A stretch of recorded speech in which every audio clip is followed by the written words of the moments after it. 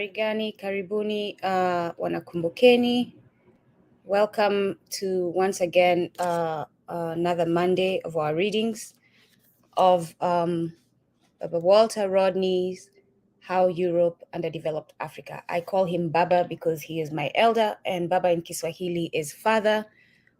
So that's why you hear me say Baba Walter Rodney. So yes, out of respect, Baba is not his name. Baba is a title. Walter Rodney is his name, but I refer to him as Baba Walter Rodney. So we have been reading this for the last about 6 weeks now, because I think we did 2 weeks for chapter 5, and we are now on chapter 6. Chapter 6 is the last chapter, I believe. So we'll do this one probably in 2 sittings, this week and next week, just given the length. But we'll see how we do. And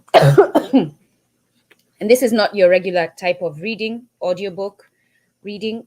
This is a reading where we are all looking at what is being said, analyzing, comparing it to our contemporary times, seeing whether what Baba Rodney is talking about is still relevant today, and taking the solutions that he's offering and seeing whether we can apply them today, and actually walking out of this space and going to apply them, not just to sit here and listen and talk and read, but to read for the sake of learning so that we can go and implement, and so that we can go and avoid the mistakes we made before, and so that we can go and understand our society, and why things are the way they are. That's why we read, not just to read and listen, and not just to get likes on whatever platform we're showing up on, and not just to get followings, but to inform and to learn, for those of us who are informed, and to do better, so that we can build a better future for us, for Africa, especially being that we are Africans.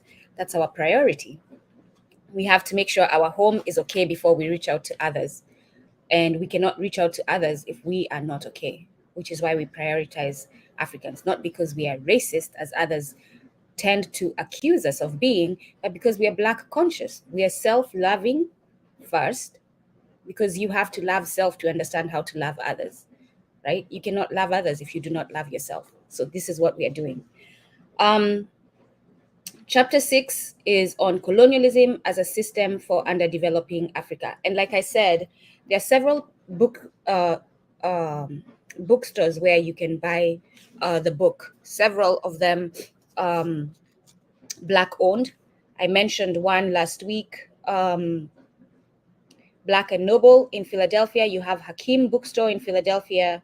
You have right here in Newark, The Source of Knowledge. You have in DC, Sankofa Bookstore, and many other Black bookstores. And maybe one of these days we'll get a link that we can share of Black bookstores on one of our readings.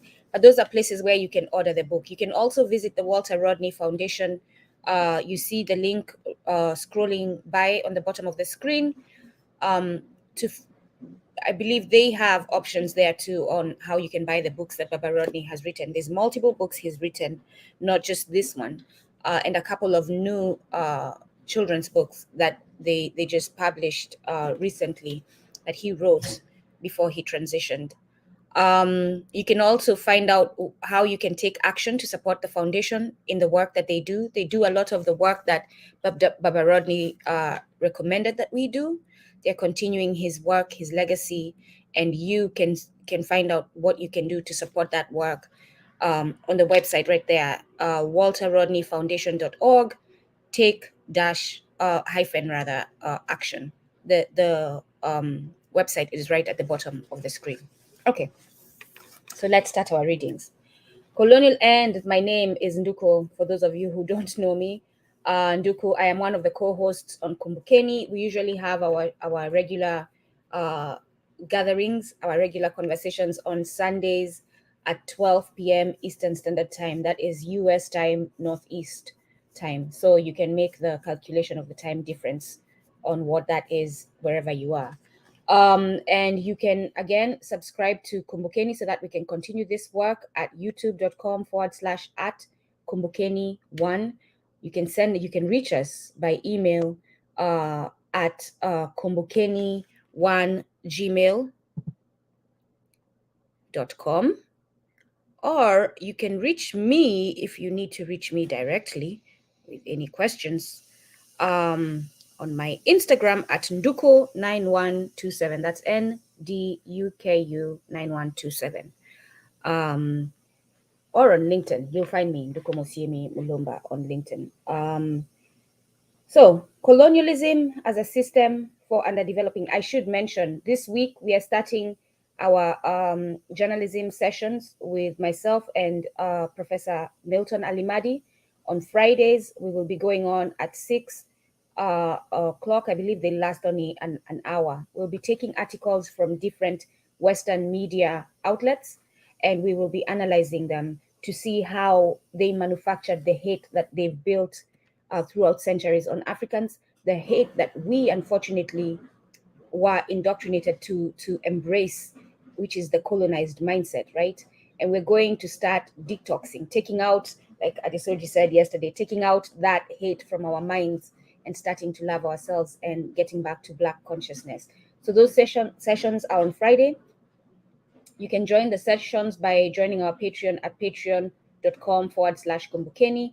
Our membership starts at $3. You can sponsor someone if you want to. Send us an email and let us know if you want to sponsor people who want to join but cannot afford to join. All right, we have a few people who we can provide sponsorship for to or scholarship, whatever the term is. You can pay for them to be able to attend those sessions.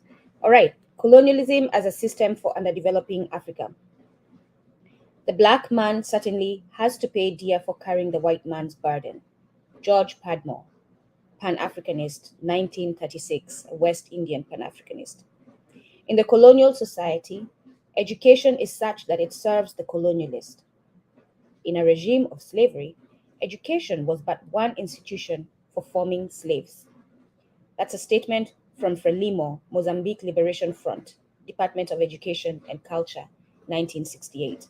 And you all know what that is known as, the miseducation of the Negro, the miseducation of the African, right? So that you could become the subject that they wanted you to become. You could become the subordinate tool that they were using to build their capitalist system. The supposed benefits of colonialism to Africa. Socio-economic services. Faced with the evidence of European exploitation of Africa, many bourgeois writers would concede, at least partially, that colonialism was a system which functioned well in the interests of the metropoles. The metropoles, when Baba Rodney refers to the metropoles, he's referring to back in the colonialist countries, in France, in Paris, in London, in New York, in those cities that they were building from as they were taking out of Africa. That's the metropoles. However, they would then urge that another issue to be resolved is how much Europeans did for Africans, and that it is necessary to draw up a balance sheet of colonialism. On that balance sheet, they place both the credits and the debits, and quite often conclude that the good outweigh the bad. The particular conclusion can quite easily be challenged, but attention should also be drawn to the fact that the process of reasoning is itself misleading. The reasoning has some sentimental persuasiveness.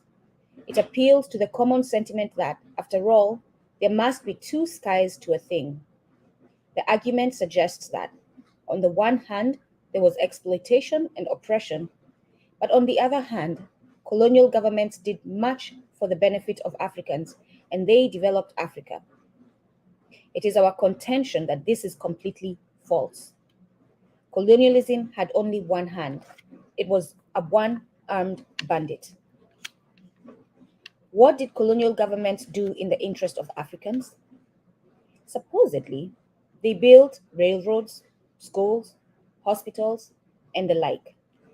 The sum total of these services was amazingly small. For the first 3 decades of colonialism, hardly anything was done that could remotely be termed a service to the African people. It was, in fact, only after the last war that social services were built as a matter of policy. How little they amounted to does not really need illustrating. After all, the statistics which show that Africa today is underdeveloped are the statistics representing the state of affairs at the end of colonialism. For that matter, the figures at the end of the first decade of African independence in spheres such as health, housing, and education are often several times higher than the figures inherited by the newly independent governments. It would be an act of the most brazen fraud to weigh the paltry social amenities provided during the colonial epoch against the exploitation, and to arrive at the conclusion that the good outweigh the bad.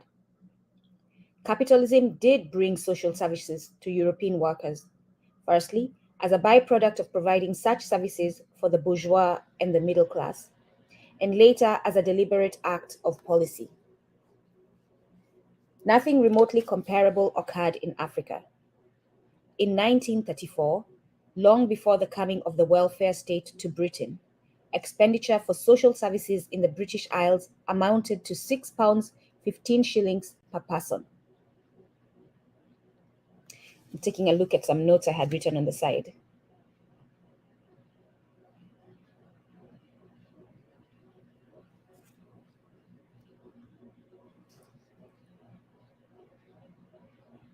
Yes, I take a quote from Caroline Elkins. The reason the British colonized Kenya and the individuals they selected for the role of governor, were these really in the interest of the Africans? So Caroline Elkins agrees with Baba Walter Rodney that it wasn't. I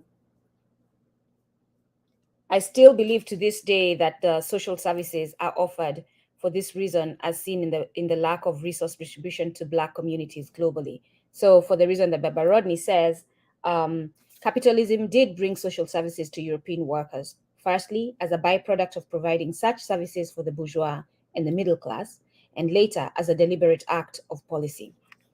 Nothing remotely comparable occurred in Africa. In 1934, long before the coming of the welfare state to Britain, expenditure for social services in the British Isles amounted to £6 15 shillings per person. In Ghana, the figure was 7 shillings 4 pence per person, and that was high by colonial standards. In Nigeria and Nyasaland, it was less. Nyasaland is currently known as Malawi, I believe. In Nigeria and Nyasaland, let me confirm that quickly. I don't want to misinform you.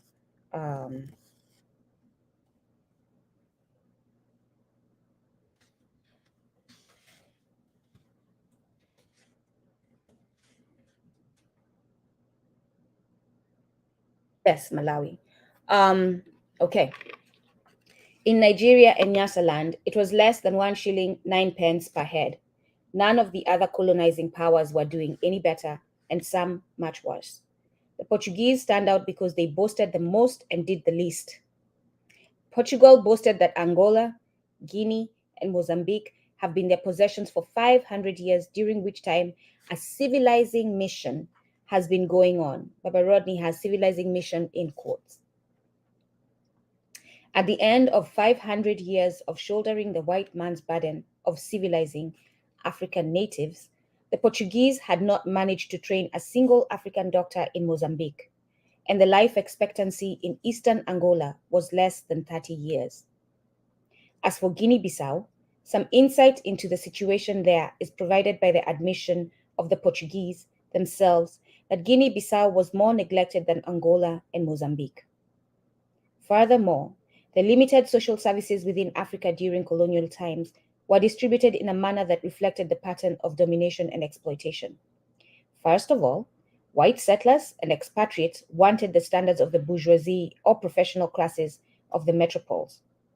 They were all the more determined to have luxuries in Africa because so many of them came from poverty in Europe and could not expect good services in their own homelands. We have expatriates who still do that to this day, especially white people, because they cannot afford the lifestyle here. Through government jobs, they get nice cush living lifestyle in Africa. Their homes are paid for, they have workers, and they're living a good life. In colonies like Algeria, Kenya, and South Africa, it is well known that whites created an infrastructure to afford themselves leisured and enjoyable lives. It means, therefore, that the total amenities provided in any of those colonies is no guide to what Africans got out of colonialism. In Algeria, the figure for infant mortality was 39 per 1,000 live births among white settlers, but it jumped to 170 per 1,000 live births in the case of Algerians living in the towns. And you, as a human being who hears that sentence read out to you, must ask, why is there a difference, such a stark difference, between the deaths of children born by white people and those born by Algerians? We were talking about Algeria yesterday, right? 39 out of 1,000 for the white people, children at birth died. 170 for Black people, for Algerians. In particular, in practical terms, that meant that the medical, maternity, and sanitation services were all geared towards the well-being of the settlers. Similarly, in South Africa, all social statistics have to be broken down into at least two groups, white and Black, unfortunately still to this day, if they are to be interpreted correctly. In British East Africa, there were three groups. There still are. Firstly, the Europeans, who got the most, then the Indians, who took most of what was left, and thirdly, the Africans, who came last in their own country. And I must pause there to say something that was shared with me this weekend that was very disturbing, something that I've experienced but I was reminded of this weekend as I talk about that hierarchy. And it still exists today in Kenya, in Tanzania. Those two countries I'm certain of, that the white people in those countries are treated the best.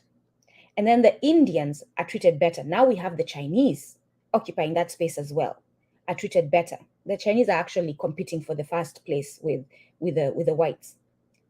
The Indians in the middle. To this day in Kenya, that's the case. And then Africans on the bottom. And the story I'm sharing, unfortunately, is of Africans who have embodied this mentality. This is only possible if we allow it to happen, right? It's only possible that this can happen in a predominantly African nation with Africans as the most people if we Africans go along with it. That's the only way it's possible. If we decide today in Kenya that we're not honoring the white person more than we honor Africans, we're not honoring the Indian more than we honor Africans, that we're going to prioritize Kenyans over whites and Indians, that will change. If we today as a collective in Kenya decide that that's what we're doing, it will change. And I'm talking about as a collective, if the companies that are hiring, if the hotels that are hiring, if the hotels that are taking visitors do not prioritize white people. So here's the story. In Africa today, unfortunately, when you go as a Black person, a Black African, whether you're from the continent or outside of the continent, if you go to the resorts, if you go to the restaurants, and it is a choice between you and a white person being treated better, the white person is always treated better than you, always. And this is something that goes on to this day. The waiters, I had conversations earlier this year when I went home and traveled. And I had conversations with the waiters and the staff in these places. And I said, you need to stop this. These white people are not better than us. And they argue, oh, they give good tips, they pay well, they do so much, all that stuff. So we as Africans, how are we going to counter this? We are going to start doing what they have been doing to appear as good people. But we're going to do it to build our community, not to appear as good people, but to show our people that we can build for ourselves. So the hospitals that white people are building so that they appear as good, we're going to start building. The schools that white people are building and repairing so that they appear as good, we're going to start doing that. We're going to start investing and building the economy of Africa as Black people so that we can remind our brothers and sisters on the continent that we can do this for ourselves. That's where we're going to start. And also at the same time, we're going to educate them to take that colonial mindset that the white person is better and therefore they said special. White people are special. This is what is coming out of the mouth of Africans. You're one of us. They're special.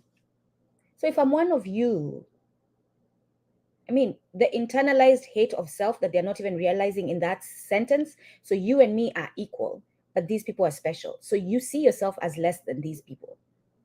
We have problems in Africa and outside Africa. In African minds, I should say. In predominantly Black countries, it was also true that the bulk of the social services went to whites. The southern part of Nigeria was one of the colonial areas that was supposed to have received the most from a benevolent mother country. Ibadan, one of the most heavily populated cities in Africa, had only about 50 Europeans before the last war. For those chosen few, the British colonial government maintained a segregated hospital service of 11 beds in well-furnished surroundings. There were 34 beds for the 500,000 Blacks. The situation was repeated in other areas so that altogether, the 4,000 Europeans in the country in the 1930s had 12 modern hospitals, while the African population at least 40 million had 52 hospitals. You would think, anyway. The viciousness of the colonial system with respect to the provision of social services was most dramatically brought out in the case of economic activities which made huge profits, and notably in the mining industry. Mining takes serious toll on the health of workers, and it was only recently in the metropoles that miners have had access to the kind of medical and insurance services which could safeguard their lives and health. Excuse me. In colonial Africa, the exploitation of miners was entirely without responsibility. It still is to today. You've seen the videos of the children in Congo. In 1930, scurvy and other epidemics broke out in the Lupa goldfields of Tanganyika. Give me a minute, sorry.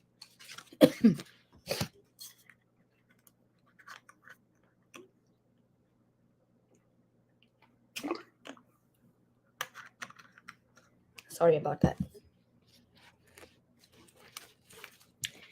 This is the problem of living in the West, where and it's not everywhere in the West. California is not like this, and many other places. The air is dry. In 1930, scurvy and other epidemics broke out in the Lupa goldfields of Tanganyika. Hundreds of workers died. One should not wonder that they had no facilities which would have saved some lives, because in the first place, they were not being paid enough to eat properly. South Africa's large working class African population was in a sad state. The Tuberculosis Commission of 1912 reported that in the shanty towns, scarcely a single family exists in which at least one member is not suffering or dying from tuberculosis. Hospital services are so inadequate that incurable tuberculosis and other cases are simply sent home to die and spread the infection. In some areas, a single doctor has to attend to the needs of 40,000 people. The natives must pay for medical treatment. There is no provision for pauper patients. About 65% of native children die before reaching 2 years. And just in case the Africans in the West think you're special, especially those in the United States, I say those in the United States because that is where I reside and therefore I have experienced, you see how quickly doctors are to send you home, even when you have like a situation that you're like, doctor, are you sure? I need to stay. And they're like, nah, you're good. Go home. That was as early as 1912, when the basis of the South African gold and diamond empire was already laid. After this, the shanty towns increased, the slum conditions grew worse, and the government committed itself to pursuing the odious policy of apartheid, which meant separation of the races so as better to exploit the African people. Many Africans, when you think about separation of the races, if you're Africans packed in one area, you're not seeing what is happening in where the white people are. Yeah, you're not regularly seeing the privileges they get, the good lifestyle. So you have no reason to compare. You end up being content, as bad as it is, with what you have, because you're not reminded daily of the difference. But if you start mingling, which is now what happens in the United States, when you start intermingling and you start seeing, why are they being treated better than me? You start asking questions. And that's when the oppressed start rising against that system like that is oppressing them. And so, for them not to rise against the system, the South Africans decide to, and the US did this once upon a time, segregate the two peoples. Many Africans trekked to towns because, bad as they were, they offered a little more than the countryside. Modern sanitation, electricity, piped water, paved roads, medical services, and schools were as foreign at the end of the colonial period as they were in the beginning, as far as most of rural Africa was concerned. Yes, it was the countryside that grew the cash crops and provided the labor that kept the system going. The peasants there knew the peasants there knew very little of the supposed credits on the colonial balance sheet. Because even the scanty social services were meant only to facilitate exploitation. They were not given to any Africans whose labor was not directly producing surplus for export to the metropoles. This is to say, none of the wealth of exploited Africans could be deployed for the assistance of their brothers outside the money economy. Multiple examples exist to substantiate the above position. The most wealthy colonies received greater social services under colonialism. Thus, the Rand in South Africa and Katanga in Congo had to provide for their relatively large working class. For many years, they approached the whole matter indifferently, but in the final analysis, enlightened self-interest made the colonialists realize that more could be gained out of the African worker who maintained basic health and who had some degree of literacy in an industrial context. So they did not provide health for you because you are human or they saw your humanity. And they did not provide education for you because they wanted to improve you. They provided health so that you could have that basic health so that you could continue working, so that you are available. Just like you take care of your cow so that it can continue providing milk. And yes, those of you who get offended that I'm using a cow as an analogy, get over it because they actually took us as animals. Just in case, just like you take care of your cows, you call the vet to come and check them so that they are healthy to continue providing milk and continue doing whatever it is that they do for you. That is why they provided health for us. And unlike the cow, where you cannot educate it, we were provided just enough education so that we knew what to do as far as the tasks that they had us doing. Not enough for you to manage the mine. This was the same line of reasoning which had previously led the capitalist class in Europe to be somewhat freer in allowing part of the workers' production to go back to keeping the worker alive and well. In the cash crop producing countries of Africa, a similar situation existed whereby the tendency was for socio-economic services to decrease in colonies or areas which produced few goods to be shipped abroad. That accounts for the fact that Africans in Gold Coast, Uganda, and Nigeria could be considered as having been better off, Baba Rodney has that in quotes, than those in Dahomey, Tanganyika, and Chad. And you Africans want to continue this type of talk. Or Kenya is better than this. Nigeria is better than Kenya. Rwanda is better than Kenya. Kenya is the best.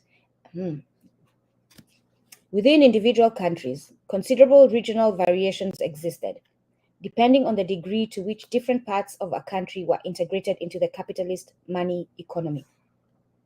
Thus, the northern part of Kenya or the south of Sudan had little to offer to the colonialists, and had little to offer the colonialists, and such a zone was simply ignored by the colonizing power with regard to roads, schools, hospitals, and so on. You all go to Kenya and you will see it to this day, that the northern part of Kenya does not look anything like the rest of Kenya. Often, at the level as far as infrastructure, often at the level of the district of a given colony, there would be discrimination in providing socio amenities on the basis of contribution to exportable surplus. For instance, plantations and companies sought to build hospitals for their workers because some minimum maintenance of the workers' health was an economic investment. So again, just like you call the vet for your cows, yes. Usually, such a hospital was exclusively for workers of that particular capitalist concern, and those Africans living in the vicinity under subsistence condition outside the money economy were ignored altogether. The Arusha Declaration powerfully and simply expressed one of the deepest truths of the colonial experience in Africa when it stated, the Arusha Declaration, President Nyerere, we have been oppressed a great deal, we have been exploited a great deal, and we have been disregarded a great deal. The combination of being oppressed, being exploited, and being disregarded is best illustrated by the pattern of the economic infrastructure of African colonies, notably their roads and railways. These had a clear geographical distribution according to the extent to which particular regions needed to be opened up to import-export activities. By the way, for those of you who want to argue that the West was there to civilize us, okay, let's accept that that's the case. And we're talking about the roads and railways. Those of you who live in the West, you know the quality of roads and railways they have in the West. If indeed they wanted us to match their civilization, to civilize us, why are those roads and railways not looking the same in Africa? Where exports were not available, roads and railways had no place.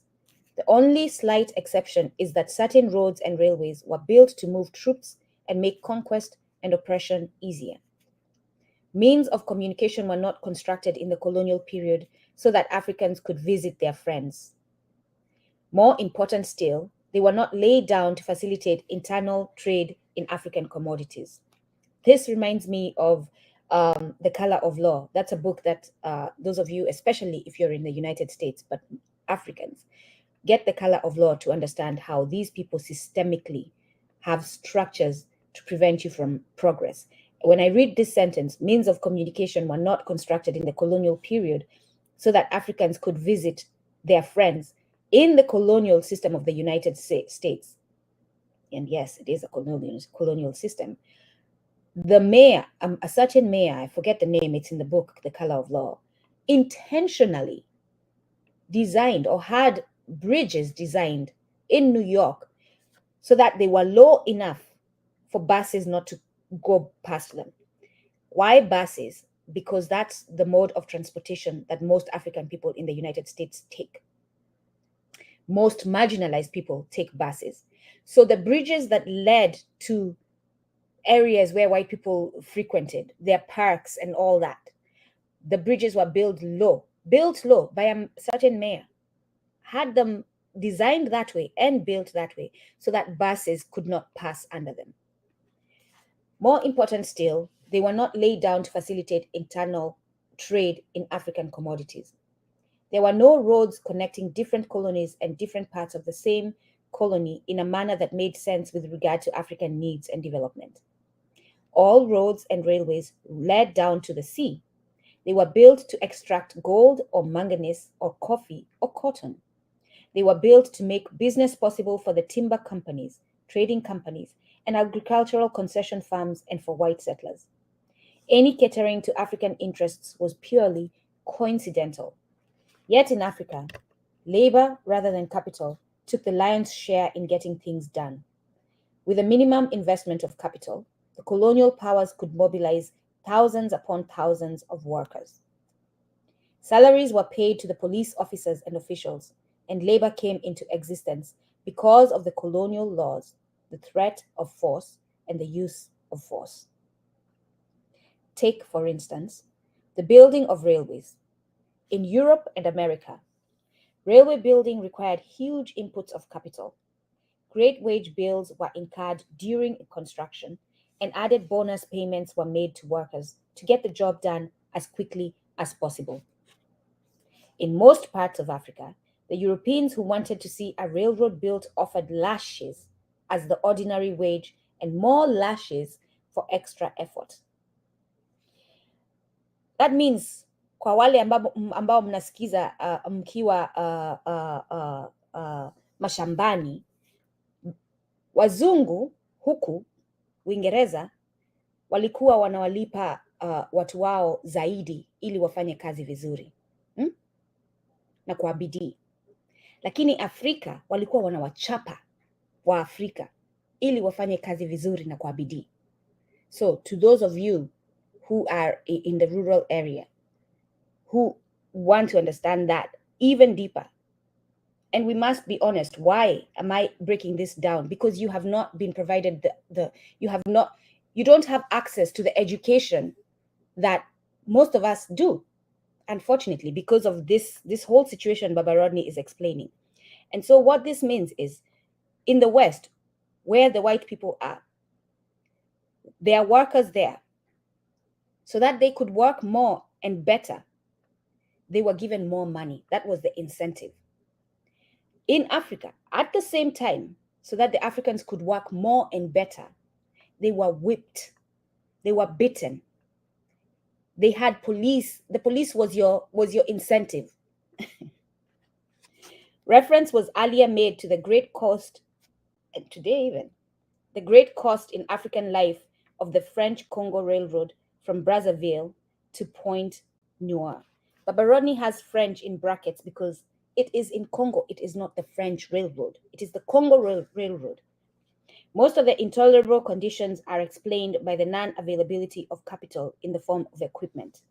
Therefore, sheer manpower had to take the place of earth-moving machinery, cranes, and so on. A comparable situation was provided by the construction of the Embakasi Airport in Nairobi. You all know that airport. Because it was built during the colonial era, starting in 1953, and with United States loans, it is customary to credit the imperialists for this existence. But it would be much more accurate to say that the people of Kenya built it with their own hands under European supervision. Those of you who want to say they helped us build. No, we built. Come on. We built the things that exist in our countries because it is our labor that built it. They might have provided the money, but guess what? They didn't provide the money enough for you to have a humane experience while you were building. Embakasi, which initially covered 7 square miles and had 4 runways, was described as the world's first handmade international airport. Mau Mau suspects, numbering several thousands, were to be found there, laboring under armed guard at a 1,000,000-ton excavation job, filling in craters, laying 500,000 tons of stone with nothing but shovels, stone hammers, and their bare hands. And today, Kenya does not celebrate the Kenya Land and Freedom Army. There is no day. There's a day, a Moi Day. Moi Day. And there's no Kenya Land and Freedom Army Day. Kenyans, you must ask yourself why you haven't. We must ask ourselves why there's no Kenya Land and Freedom Army Day to celebrate them. Just them. Forget Mashujaa. And I see people when you have Mashujaa Day. Mashujaa, for those of you who don't know, is warrior in Kiswahili. Warriors. I see you put people in penguin suits, politicians, as Mashujaa. And I'm wondering, where did these politicians fight for African people? Like, come on, Kenyans. The financial institutions of colonial Africa were even more scandalously neglectful of indigenous African interests than was the case with the European-oriented communication system. The banks did very little lending locally. In British East Africa, credit to Africans was specifically discouraged by the Credit to Natives Restriction Ordinance of 1931. Again, what is the oppressor's law to the oppressed? Why should I, as a Kenyan, follow that law? Why should I not break it if it's oppressing me? And why should you, as a fellow Kenyan, see me as a criminal for breaking it? Insurance companies catered almost exclusively to the interests of white settlers and capitalists' firms. The policy of colonial reserves in metropolitan currencies can also be cited as a service inimical to Africans. The currency boards and central banks which performed such services denied Africa access to its own funds created by exports. So not only did they take resources, not only did they make money out of those resources, not only did they continue to grow their banks while they had locations and offices in Africa, but they, after all that wealth and the resources and the money in their in their safes, they did not lend to you, who did the labor to build all that wealth. And you all want to argue that they don't. We must demand, they must repair the harm, reparations.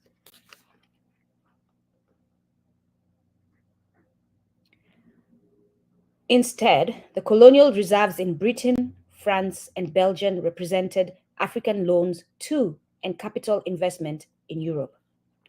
It is necessary to reevaluate the much glorified notion of European capital as having been invested in colonial Africa and Asia. The money available for investment, I wrote there, use this for reparations argument, this particular paragraph I'm going to read. The money available for investment in the capitalist system was itself the consequence of the previous robbery of workers and peasants in Europe and the world at large. In Africa's case, the capital was invested in 19th century commerce was part of the capital that had been derived from the trade in slaves. The Portuguese government was the first in Europe to ship captives from Africa and the last to let go of slave trading. Much of the profit slipped out of the Portuguese hands and went instead to Britain and Germany. But the Portuguese slave trade nevertheless helped the Portuguese themselves to finance later colonial ventures, such as joint capitalist participation in agricultural and mining companies in Angola and Mozambique. As indicated earlier, many of the entrepreneurs from the big European port towns who turned to importing African agricultural produce in Europe were formerly carrying on the trade in slaves. The same can be said of many New England farms in the United States. Some of the biggest names in the colonial epoch were capitalist concerns whose original capital came from the trade in slaves or from slavery itself. Lloyd's, you all know Lloyd's. Lloyd's, let's say that one more time. Lloyd's, the great insurance underwriting and banking house. What is Lloyd's known as today? Someone please look that up quickly. I wonder if it still goes by Lloyd's. Lloyd's, you know what? I'm going to look it up. Let's pause on that quickly because it's about time we expose these criminals. They like to change their names and distance themselves from their criminality. Oh, they still go by Lloyd's. These criminals are proud for the criminality they did. All right, Lloyd's Bank, commercial banking, still exists. They have an office in New York on 6th Avenue. The great insurance underwriting and banking house falls into this category. Having been nourished by profits from the slave territories of the West Indies in the 17th and 18th centuries, the ubiquitous Barclays Bank, you all know Barclays Bank, had it, and that one is another one, a criminal that doesn't want to change his name, had its antecedents in slave trading. Worms et Compagnie is a French example of the same phenomenon. Back in the 18th century, Worms had strong links in the French slave trade, and it grew to become one of the most powerful financial houses dealing with the French Empire of Africa and Asia, with particular concentration on Madagascar and the Indian Ocean. The example of Unilever, we've talked about Unilever, and the UAC, which was highlighted in the previous chapter, also reinforces the point that Africa was being exploited by capital produced out of the African labor. When Lever Brothers took over the Niger Company in 1929, they became heirs to one of the most notorious exploiters of 19th century Africa. Here is the way we can work this, right? Let's work backwards. If you know of companies this is how we operate as Africans. None of them are innocent.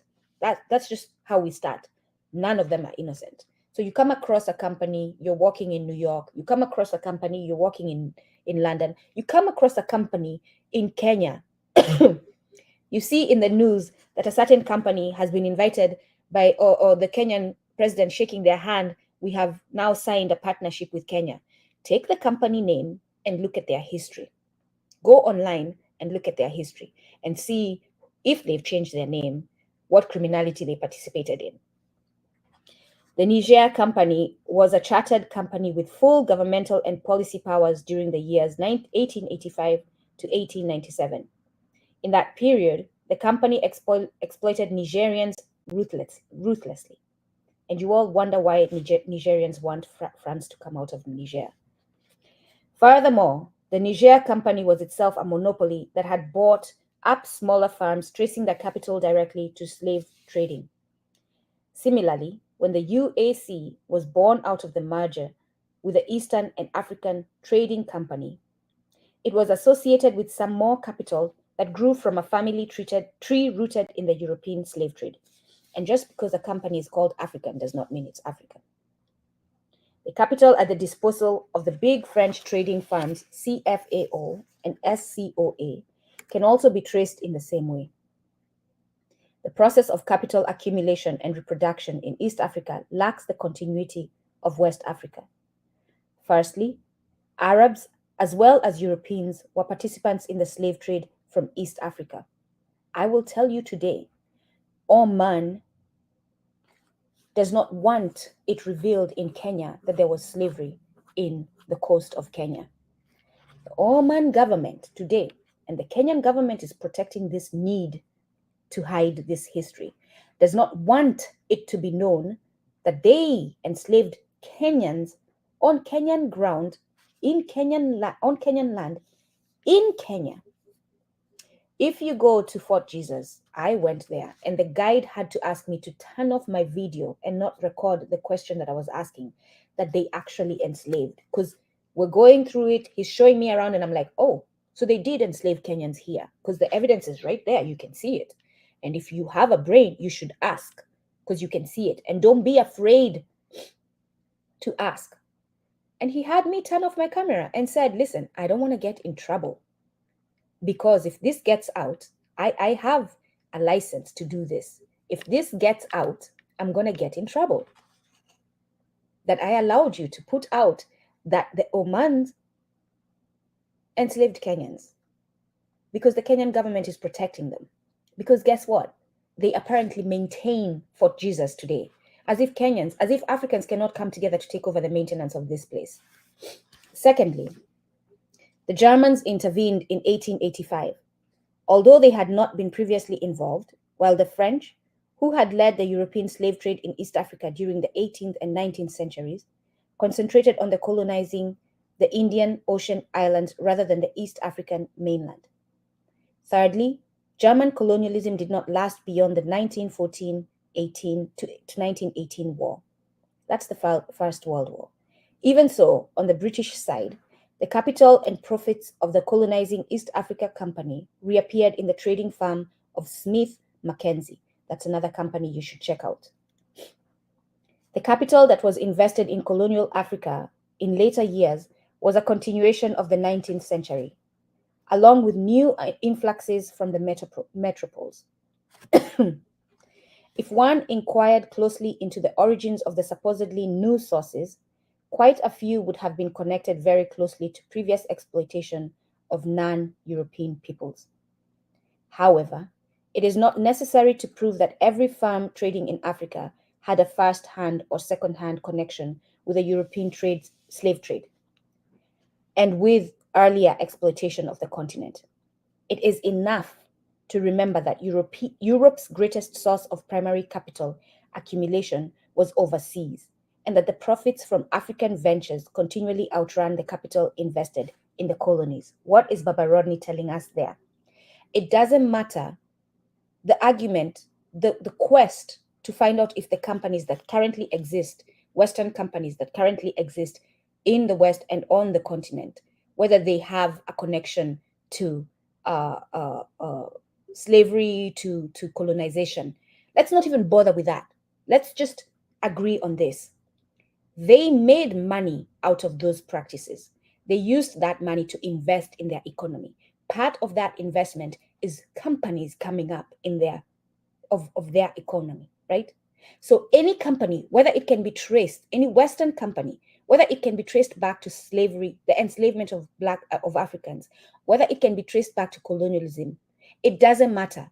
Any Western company today is there, especially the big ones, you know what I'm talking about, the ones in this in the stock market,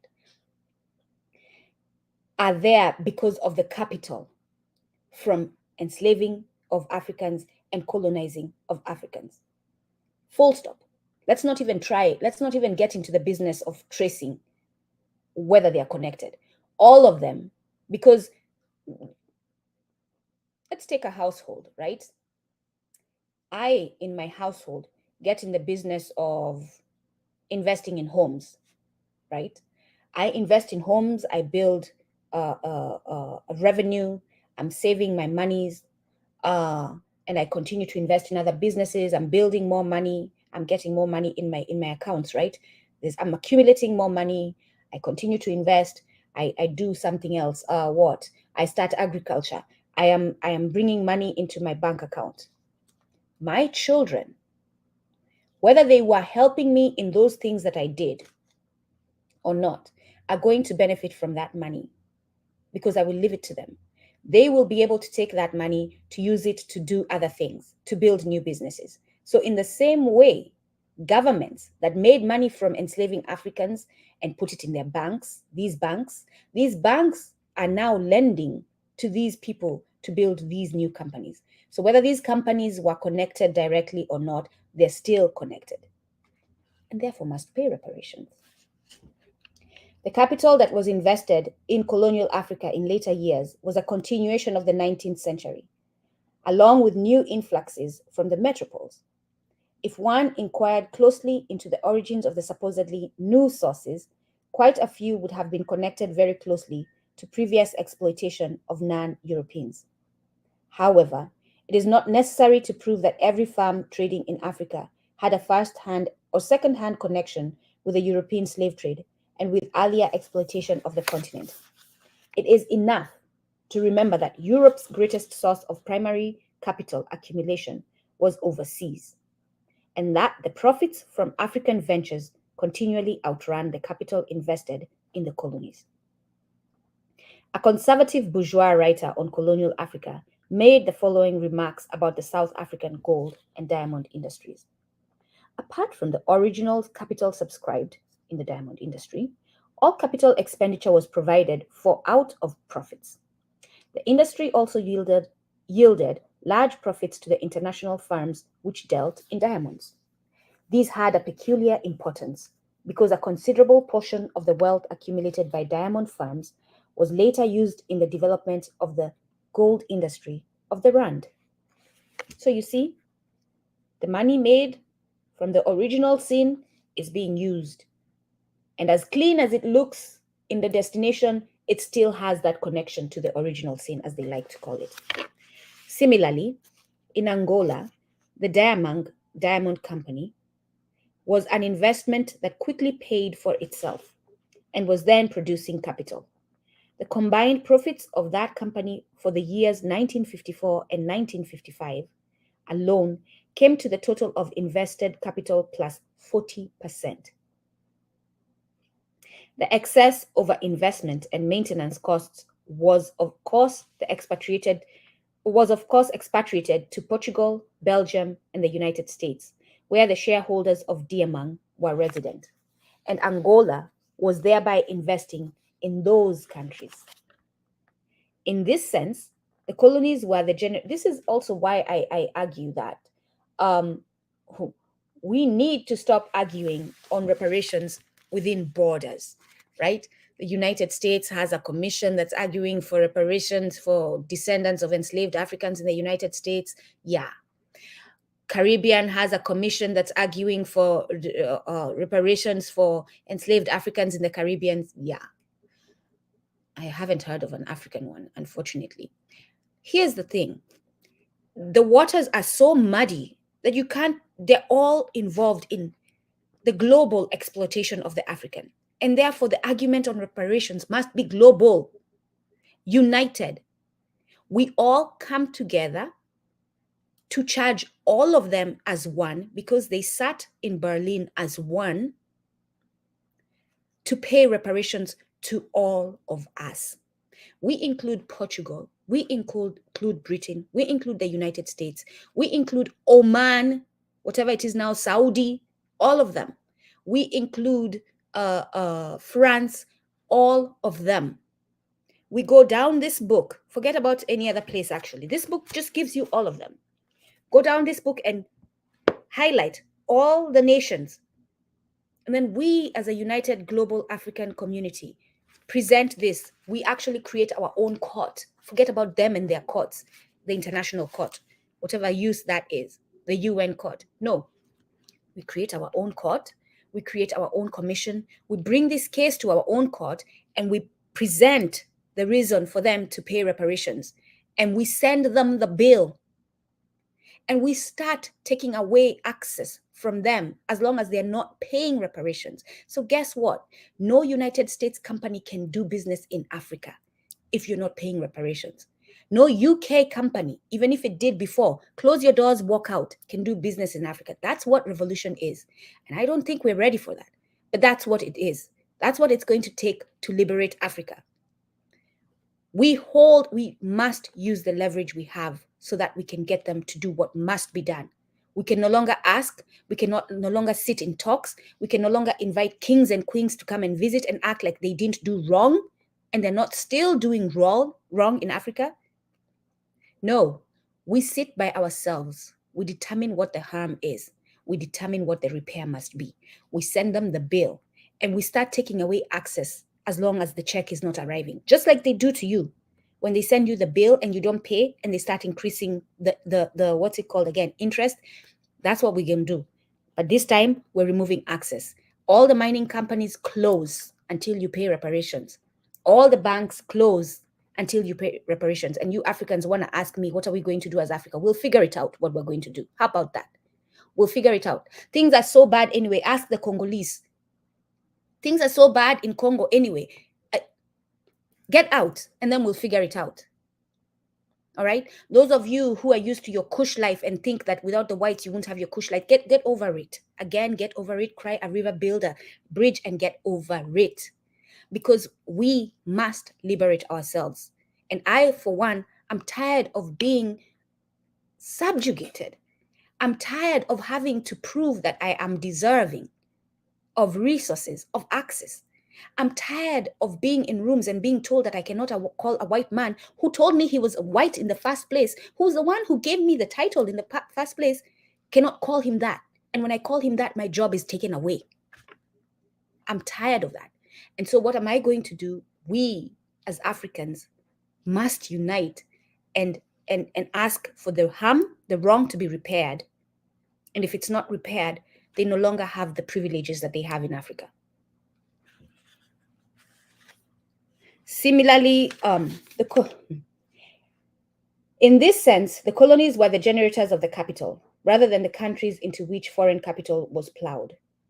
Capital was constantly in motion from metropole to some part of the dependencies, from colonies to other colonies via the metropoles, from one metropole to another, and from colony to metropole. But because of the super profits created by non-European peoples ever since slavery, the net flow was from colony to metropole. What was called profits in 1 year came back as capital the next year. Even progressive writers have created a wrong impression by speaking about capital exports from Europe to Africa and about the rule of foreign capital. What was foreign about the capital in colonial Africa was its ownership and not its initial source. So when you think about what Baba Rodney is saying here, and you think about the concept of Africa owing debt to the West, I, for one, just want to laugh. Unfortunately, it's too ridiculous to laugh. And we go along with it. Like you have presidents who are figuring out how they're going to pay debt. This is money they took out of your country. And now they're asking you, they're giving it back to you, your money. And then they're asking you to pay them back. Apologists for colonialism are quick to say that the money for schools, hospitals, and such services in Africa was provided by the British, French, or Belgian taxpayer, as the case may have been. Yeah, you all Americans who want to talk about my taxes are black people too. Like, please get over yourselves. Your taxes are not paying for Africa. Your taxes are coming from Africa. The money you're able to pay your taxes with is coming from Africa. Oh, God. All right. Let me just take a quick look. It defies logic to admit that profits from a given colony in a given year totaled several million dollars, and to affirm, nevertheless, that the few $1,000s allocated to social services in that colony was the money of European taxpayers. The true situation can accurately be presented in the following terms. African workers and peasants produced for European capitalism goods and services of a certain value. A small proportion of the fruits of their efforts was retained by them in the form of wages, cash payments, and extremely limited social services, such as were essential to the maintenance of colonialism. The rest went to the various beneficiaries of the colonial system. So if you, as an American, if you, as a Londoner, if you, as a British person, if you, as a French person, want to argue that your taxes are paying for Africans, that your spaces where immigrants are coming to are caring for Africans, here's the deal. Let's sit down, right, with us in the room, Africans, because we want to witness this. Let's take how much you're making today from Africa. And let's take how much you're sending today to Africa. And let's do the math. And then you tell me how much your taxes are caring for Africans after that experience. Once we have the results of that formula, tell me again. There can be little dispute over the credibility of the data, which are available. Oh, by the way, in that math equation, we're going to include the interest from the capital that you took back then. We're going to include the interest of all those years is going to be included in that. You can take your monies that you have given in all those years and include it in the math too. There can be little dispute over the credibility of the data which are available to amply demonstrate that colonialism, for the most part, aimed at developing the metropoles and only allowed certain crumbs to the colonies and incidental byproducts of exploitation. I call this the evidence. I have that in my notes. The evidence. British colonial records are full of reports of royal commissions investigating this and that. The reports, upon which action was seldom taken, provided the best evidence of the appalling indifference of the colonial regimes to the needs of Africans. See, these criminals are so proud of who they are and so assured of who they are that they recorded everything. In the 1930s, including their criminality, in the 1930s, there were riots throughout the West Indies because of the insupportable suffering of the African descendants who were left stranded in those parts after slavery.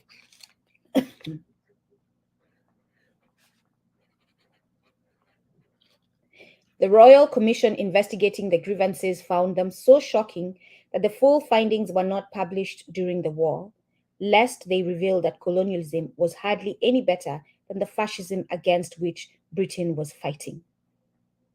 It was out of that investigation that the idea of establishing Colonial Development and Welfare, CD&W, was advanced.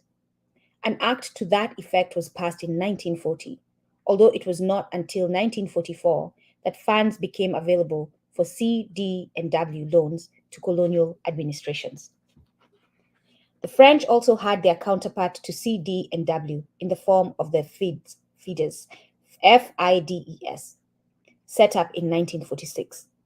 From the earliest days of colonial expansion, there were two kinds of explanations of motives coming out of the metropoles. One was very frank and appealed to the various chambers of commerce in European towns. It said simply that Europeans were in the colonial game because it was damned profitable, and that was that. However, there were other elements who thought it necessary to peddle a line about the welfare of the uncivilized natives. This was a continuation of earlier justifications of slavery on the ground that it carried the heathen Africans to Christian lands. As colonialism came under heavy criticism during the last decades, more deliberate efforts were made to whitewash it. Both CD&W and FIDES, were part of the public relations propaganda of colonialism, striving to mask and deny its viciousness. They are doing it to this day, right? The enslaved Africans in the United States liked the situation they were in. They were very happy. They were provided food and a place to sleep. That's what they're saying, these idiots. And to me, anyone, by the way, they like to argue, oh, that's not me, it was my ancestors who did that. Why are you blaming me for it? I'm blaming you because you continue the nonsense, right? If you are an American today who is saying that African history should not be taught in America to your white kids because apparently they're so fragile they cannot handle history, if you are that individual, you are racist to the core. Yes, I am charging you today with racism and colonialism and whatever other thing that is associated with your whiteness. That is wrong. If you are a white woman in suburban, wherever you are, United States, and you go to your school to argue that certain books representing African history should not be taught, you're racist. I'm telling you today, you're racist. Doesn't matter how many Black Lives Matter signs you have in your house, you're racist. And you're supporting a racist system. And you're a problem.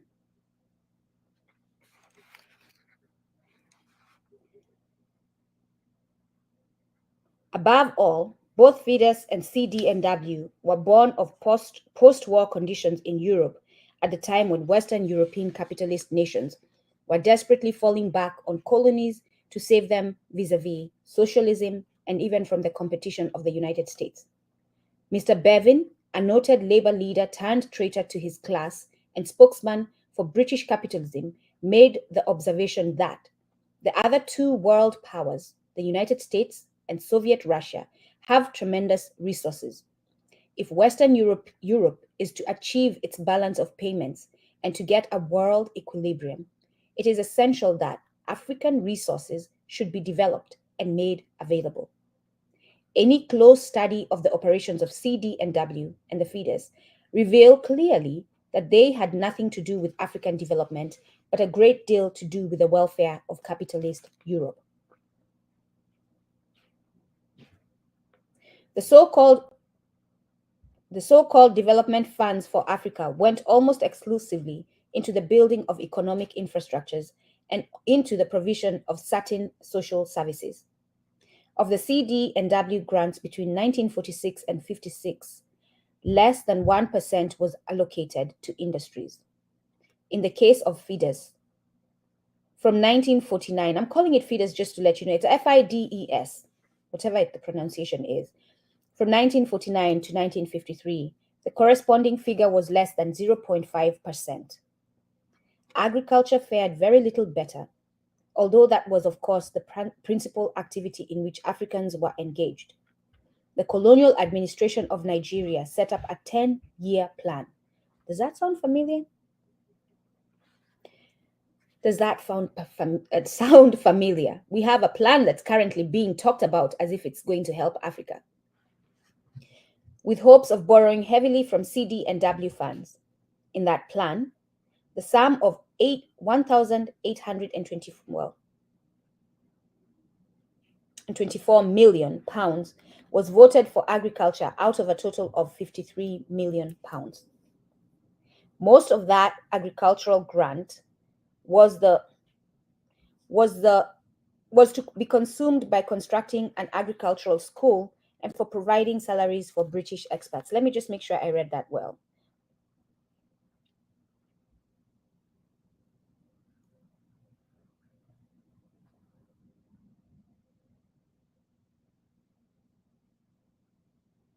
Okay. Other British colonies drew up 10-year plans, which had the same deficiencies as the Nigerian one. And indeed, they were all apologies for the true economic plans, being nothing else but a series of disjointed projects drawn by the different government departments as extensions to their then existing activities. Thus, the plans could not be expected to break any new ground, and they completely ignored developmental features such as stimulating internal and intra-African trade. The high proportion of the development funds went into the colonies in the form of loans for ports, railways, electric power plants, waterworks, engineering workshops, and warehouses, which were necessary for more efficient exploitation in the long run. In the short run, such construction works provided outlets for European steel, concrete, electrical machinery, and railroad rolling stock. 1/5 of the feeder's funds was spent on prestigious public works in Dakar, which suited French industry and employed large numbers of expatriates. Even the schools built under feeder's funds were of unnecessary high cost per unit because they had to be of the requisite standard to provide job outlets for white expatriates. Incidentally, loans were tied in such a way that the money had to be spent on buying materials manufactured in the relevant metropole. The development funds were raised on the European money market by the governments concerned, and in effect, the national metropolitan governments were providing their own bankers and financiers with guaranteed profitable outlets for their capital. In 1956, the French government started a scheme which was a blatant form of promoting their own private capitalists while paying lip service to African development and welfare. That is what the free trade is, by the way. The scheme involved the creation of an institution called SDOM, Financial Societies for the Development of Overseas Territories. SDOM was nothing but an association of private capitalists interested primarily in the oil of North Africa, with large government subventions to achieve their goals. AGOA is another one. Ask yourself who's getting the most benefit from AGOA. There were many telltale signs which unmasked the CD and W hoax in the eyes of careful and concerned observers. The colonial secretary set up a council to help him in allocation of grants, and it was dominated by really powerful members of the British bourgeoisie, including directors of Barclays Bank. Since the CD and W funds were inadequate even for the hopeless 10-year plans of the colonies, the British government then encouraged the colonial administrations to borrow the rest of their finances on the open money market. By the way, this borrowing is happening before independence. And this is the debt that Africa now was left for Africans. They borrowed, the white governments, the colonial governments borrowed. And that debt was still there when you got your independence. And it became your debt. They told you it was your debt. And you said, yes, Amasa. That was another way of ensuring that African labor and resources dispatched surplus to greedy European money changers. Barclays Bank was one of the first to seize the opportunity of lending to colonial regimes to supplement the CD and W grants. The bank set up a special overseas development corporation to assist Africa, the chairman of the bank assuring all the development of the colonial empire and the well-being of its inhabitants is a matter that concerns every citizen of Britain. That was the language of public relations, which fitted in very well with the sordid hypocrisy practiced by white men ever since they started killing and enslaving in the name of civilization and Christianity. As part of the hypocrisy of colonialism, it became fashionable to speak of how Europe brought Africa into the 20th century.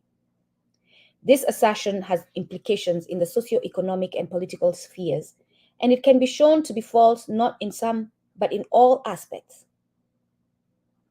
The other problem, when we admit and we allow this lie to continue, the lie that Europe brought Africa into the 20th century, the other problem with that is it makes us dependent, as if in order to move to the next century, we're going to need Europe to help us get there.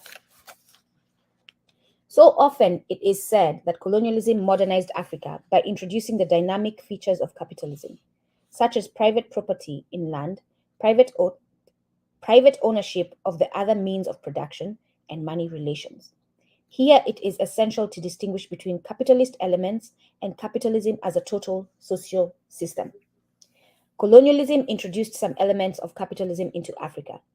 In general terms, where communalism came into contact with the money economy, the latter imposed itself, the money economy. Cash crop farming and wage labor led away from the extended family as the basis of production and distribution. One South African saying put forward that the white man has no kin, his kin is money. That is a profound revelation of the difference between capitalist and pre capitalist societies. And when capitalism came into contact with the still largely communal African societies, it introduced money relations at the expense of kinship ties. And those kinship ties have been broken even further. Today, we have, I'm not going to get into that. However, colonialism did not transform Africa into a capitalist society comparable to the metropoles. Had it done that, one might have complained of the brutalities and inequalities of capitalism. But it could not then have been said that the colonialism failed to advance Africa along the path of human historical development. Capitalism as a system within the metropoles or epicenters had two dominant classes.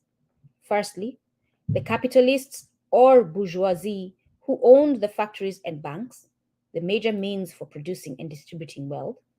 And secondly, the workers or proletariat who worked in the factories of the said bourgeoisie.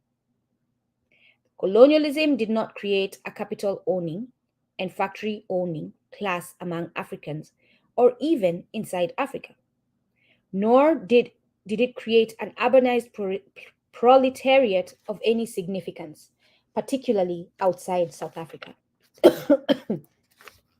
In other words, capitalism is the form of colonialism failed to perform in the form of colonialism failed to perform in Africa the tasks which it had performed in Europe in changing social relations and liberating the forces of production. It is fairly obvious that capitalists do not set out to create other capitalists who would be rivals. On the contrary, so yeah, that's a good place to actually quickly pause. Those of you who believe that the white man is trying to build your economy, think again, because capitalists don't want competitors. Capitalists would not want Africa to be able to stand alone and compete with them. On the contrary, the tendency of capitalism in Europe from the very beginning was one of competition, elimination, and monopoly. Always see them as that because that is what they are. It is them first. They want to compete with you, they want to eliminate you, and they want to monopolize whatever it is that is benefiting them. Therefore, when the imperialist stage was reached, the metropolitan capitalists had no intention of allowing rivals to arise in the dependencies. However, in spite of what the metropoles wanted, some local capitalists did emerge in Asia and Latin America. Africa is a significant exception in the sense that, compared, excuse me,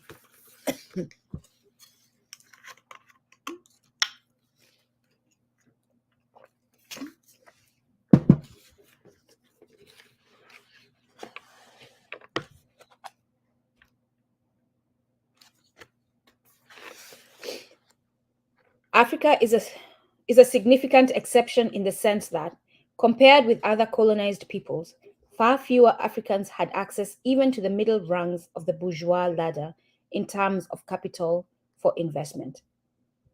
Part of the explanation for the lack of African capitalists is Africa lies in the arrival of minority groups who had no local family ties, which could stand in the way of the ruthless primary accumulation which capitalism requires.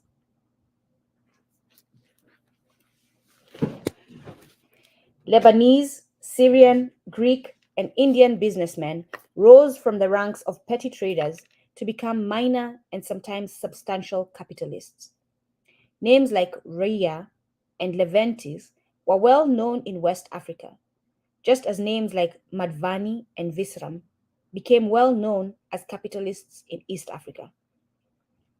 There were clashes between the middlemen and the European colonialists, but the latter much preferred to encourage the minorities rather than see Africans build themselves up.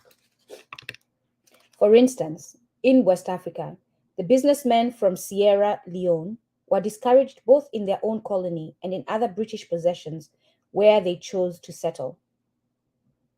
In East Africa, there was hope among Ugandans in particular that they might acquire cotton gins and perform some capitalist functions connected with cotton growing and other activities. However, when in 1920 a development commission was appointed to promote commerce and industry, it favored firstly Europeans and then Indians. Africans were prohibited by legislation from owning gins.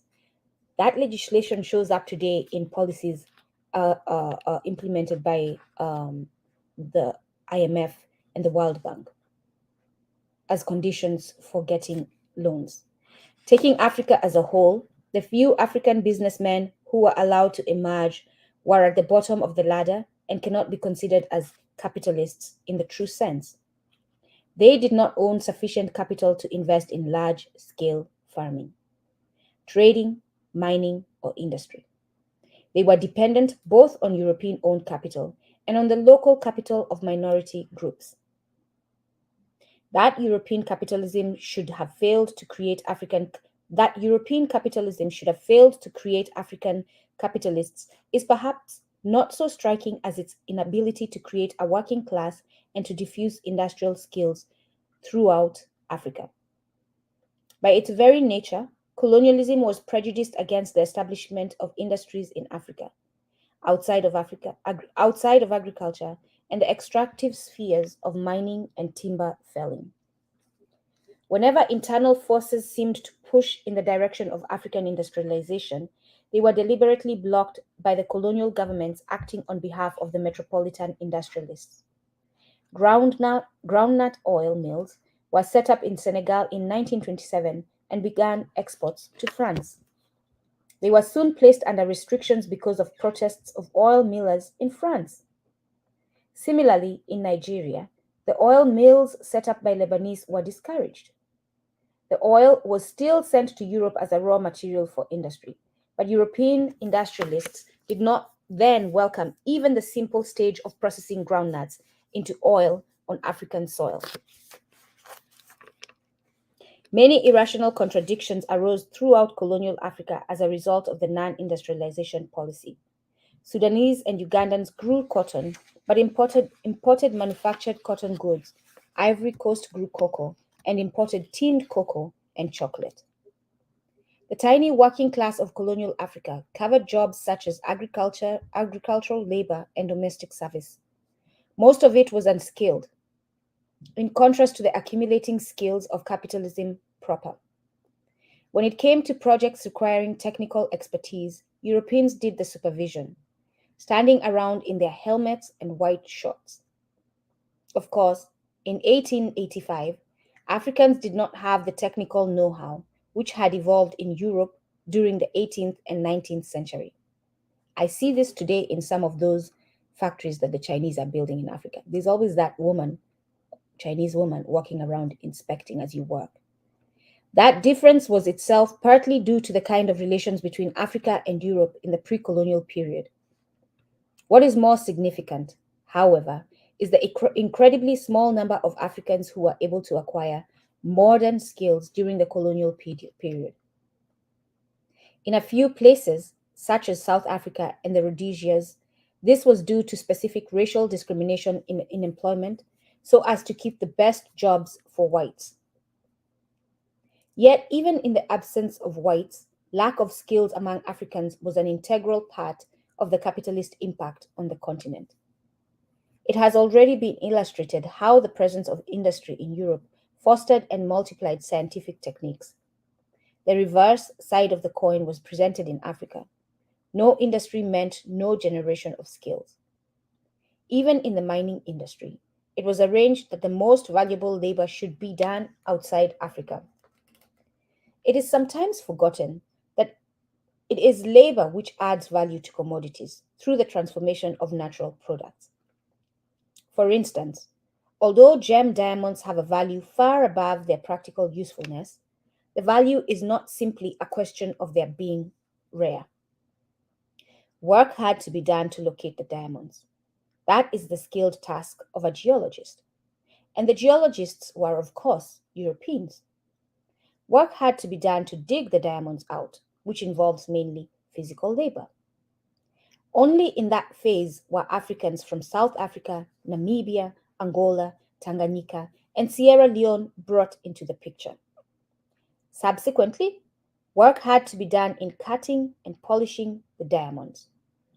A small portion of this was performed by whites in South Africa, and most of it by whites in Brussels and London. It was on the desk of the skilled cutter that the rough diamond became a gem and soared in value. No Africans were allowed to come near that kind of technique in the colonial period. Much of the dynamism of capitalism lay in the way that growth created more opportunities for further growth. Major industries had byproducts.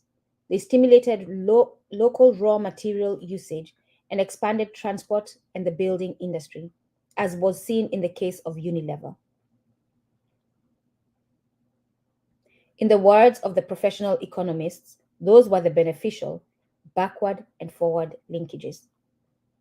Given that the industries using African raw materials were located outside Africa, then there could be no beneficial backward and forward linkages inside Africa. After the Second World War, Guinea began to export bauxite. In the hands of French and American capitalists, the bauxite became aluminum. In the metropoles, it went into the making of refractory material, electrical conductors, cigarette foil, kitchen utensils, glass, jewel earrings,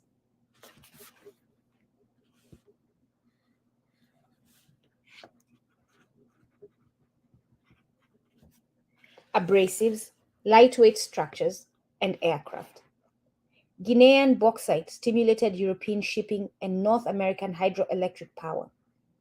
In Guinea, the colonial bauxite mining left holes in the ground. So the mining from Africa and African spaces leaves holes in the grounds while it builds in the metropoles. With regard to gold, the financial implications in Europe were enormous. And African gold played its part in the development of the monetary system and of industry and agriculture in the metropoles. But like bauxite, gold is an inexhaustible resource. Once it is taken out of a country's soil, that is an absolute loss that cannot be replaced. That simple fact is often obscured so long as production continues, as in South Africa, but it is dramatically brought to attention when the minerals have actually disappeared during the colonial epoch.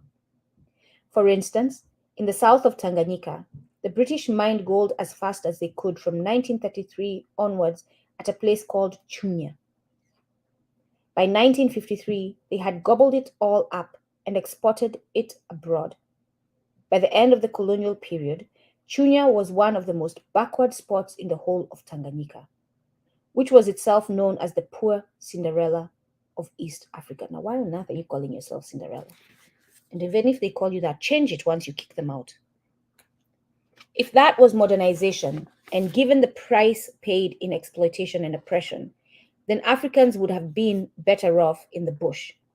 Like I said, I don't need to have an answer of what we're going to do once we kick them out.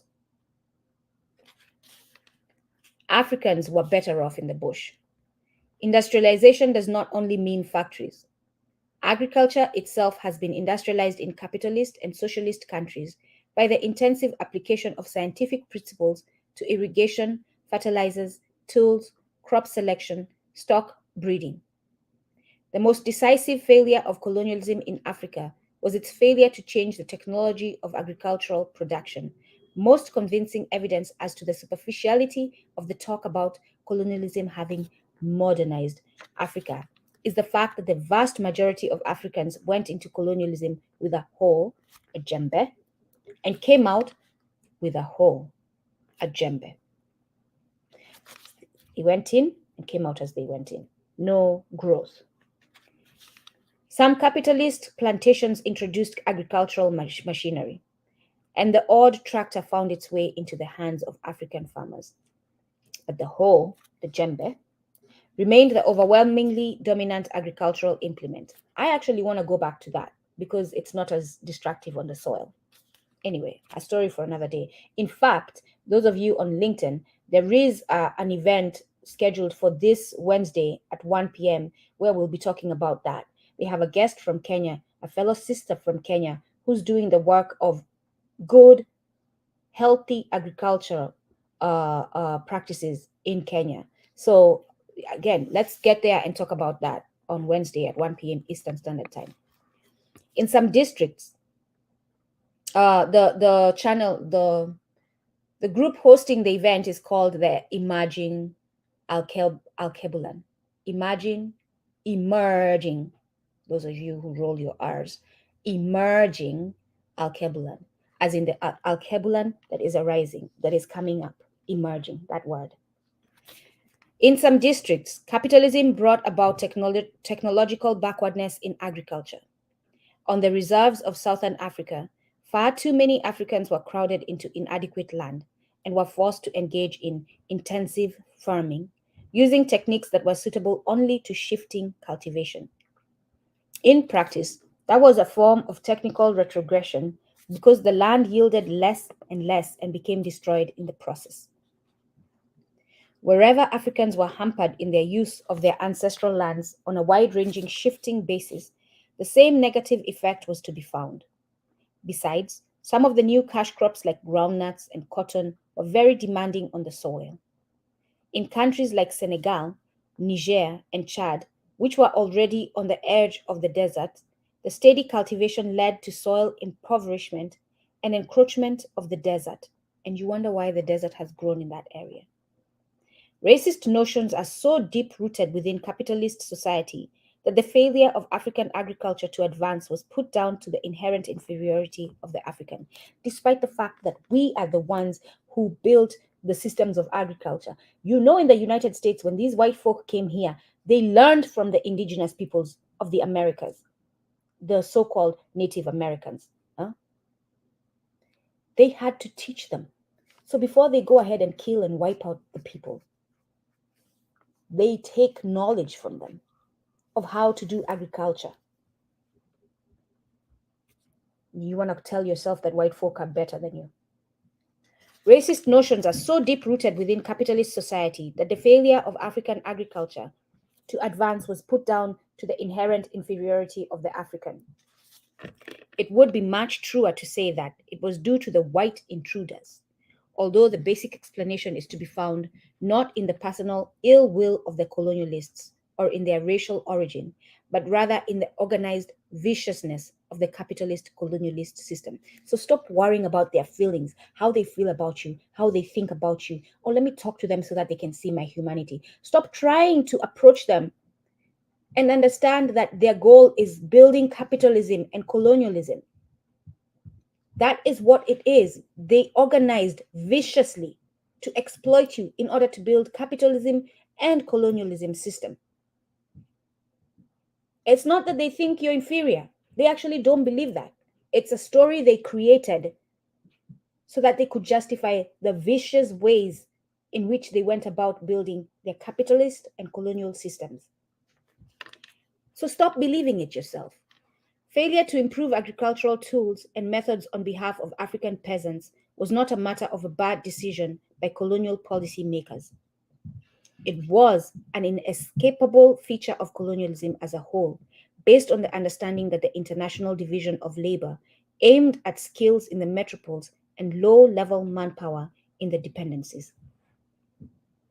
It was also a result of the considerable use of force, including taxation. Taxation is force in African labor relations. People can be forced to perform simple manual labor, but very little else. This was proven when Africans were used as slaves in the West Indies and America.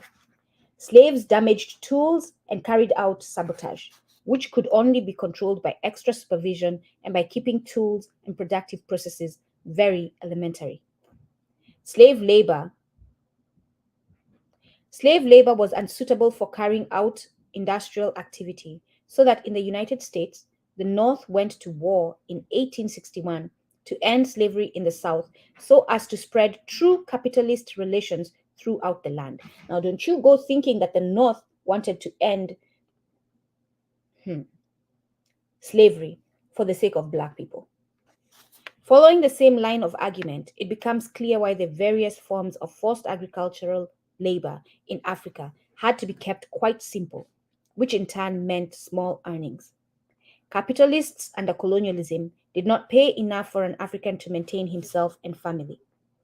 This can readily be realized by reflecting on the amounts of money earned by African peasants from cash crops. The sale of produce by an African cash crop farmer rarely brought in 10 pounds per year, and often it was less than half that amount.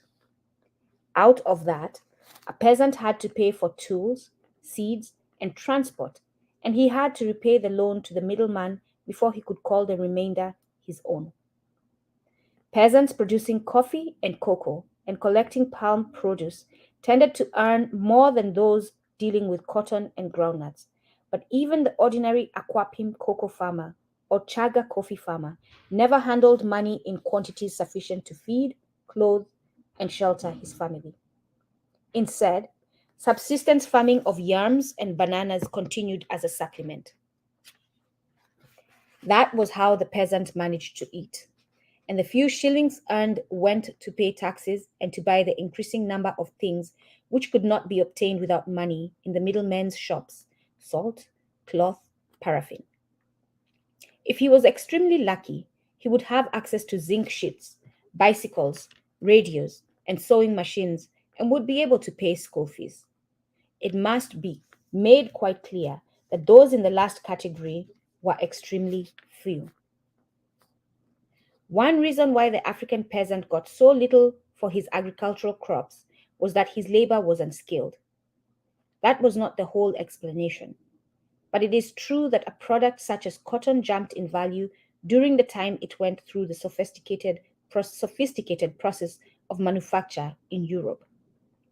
So here goes this, right? The reason why they're keeping us with the hoe and not giving us the tractors or advancing the technology for agriculture in Africa. The cotton industry started with picking, right? And sorting out the seeds out of the cotton by hand. They figure out a machine that's going to do that. And that, just figuring out a machine that's going to take that process from man's hands to a machine increases the value of cotton. Just that advance. So why are they going to give you Africans, if they don't want you as competitors, that machine? Karl Marx, in clarifying how capitalists appropriated part of the surplus of each worker, used the example of cotton. He explained that the value of the manufactured cotton included the value of the labor that went into growing the raw cotton, plus part of the value of the labor that made the spindles, plus the labor that went into the actual manufacture. From an African viewpoint, the first conclusion to be drawn is that the peasant working on African soil was being exploited by the industrialist who used African raw material in Europe or America. Secondly, it is necessary to realize that the African contribution of unskilled labor was valued far less than the European contribution of skilled labor. It has been observed that 1 hour of work of a cotton peasant in Chad was equivalent to less than 1 centimeter of cotton cloth, and he needed to work 50 days to earn what was needed to buy 3 meters of cotton cloth made from his own cotton in France. I don't even think 3 meters. I think that's just enough to make an outfit. Yet, the French textile worker, using more spindles, ran off 3 meters of cloth in a matter of minutes. It took an African worker 50 days, given the remoteness of how they worked, to make 3 meters of cloth. It took a French textile worker, using modern spindles, a matter of minutes. Assuming that the Frenchman was not closer to God, who made the whole world in only 6 days and rested on the seventh, then there must be factors in the capitalist colonialist system. I love Baba Rodney for his shade. I love it. Which permitted the great disparity in the relative value of labor in Chad and France. In the first place, the Chad peasant was defrauded through trade so that he sold cheap and bought dear, and therefore received a minute proportion of the value that he created with his labor. A minute, sorry. I'll read that one more time. Apologies. In the first place, the Chad peasant was defrauded through trade so that he sold cheap and bought dear, and therefore received a minute proportion of the value that he created with his labor. This was possible not because of mysterious market forces, as bourgeois economists would like us to believe, but because of political power being vested entirely in the hands of the colonialists. So they're the ones running these companies, and they're the ones making the laws that enable them to do what they can do to improve whatever it is they're doing, and to stop you from improving whatever it is you're doing. It was a consequence of monopolistic domination, both economically and politically. Secondly, the quantity of time, and don't you think that that is not the case today? Please do not think that that is not the case today. Very much is. Secondly, the quantity of time spent by the Chad peasant was longer because colonialism did not permit him to acquire the tools to shorten the hours required to produce a given quantity of raw cotton. To a certain extent, it would have been in the interests of the colonial powers to have had better agricultural techniques in Africa, leading to increased volume and quality of production.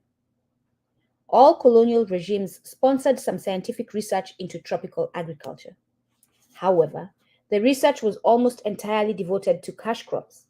It was limited in scope, and it was more easily adaptable by plantations than by African peasants who had no capital.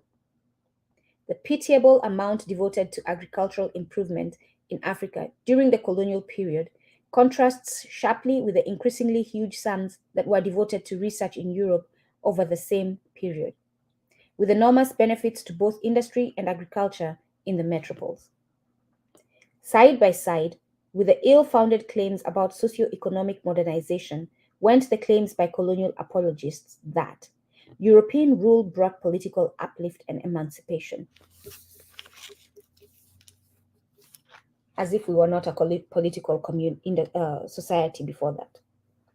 One of the long-standing arguments in this connection is that Africa was in chaos in the 19th century, and that tribes like the Ngoni and the Yao and Samoris, Sofas, were killing left, right, and center.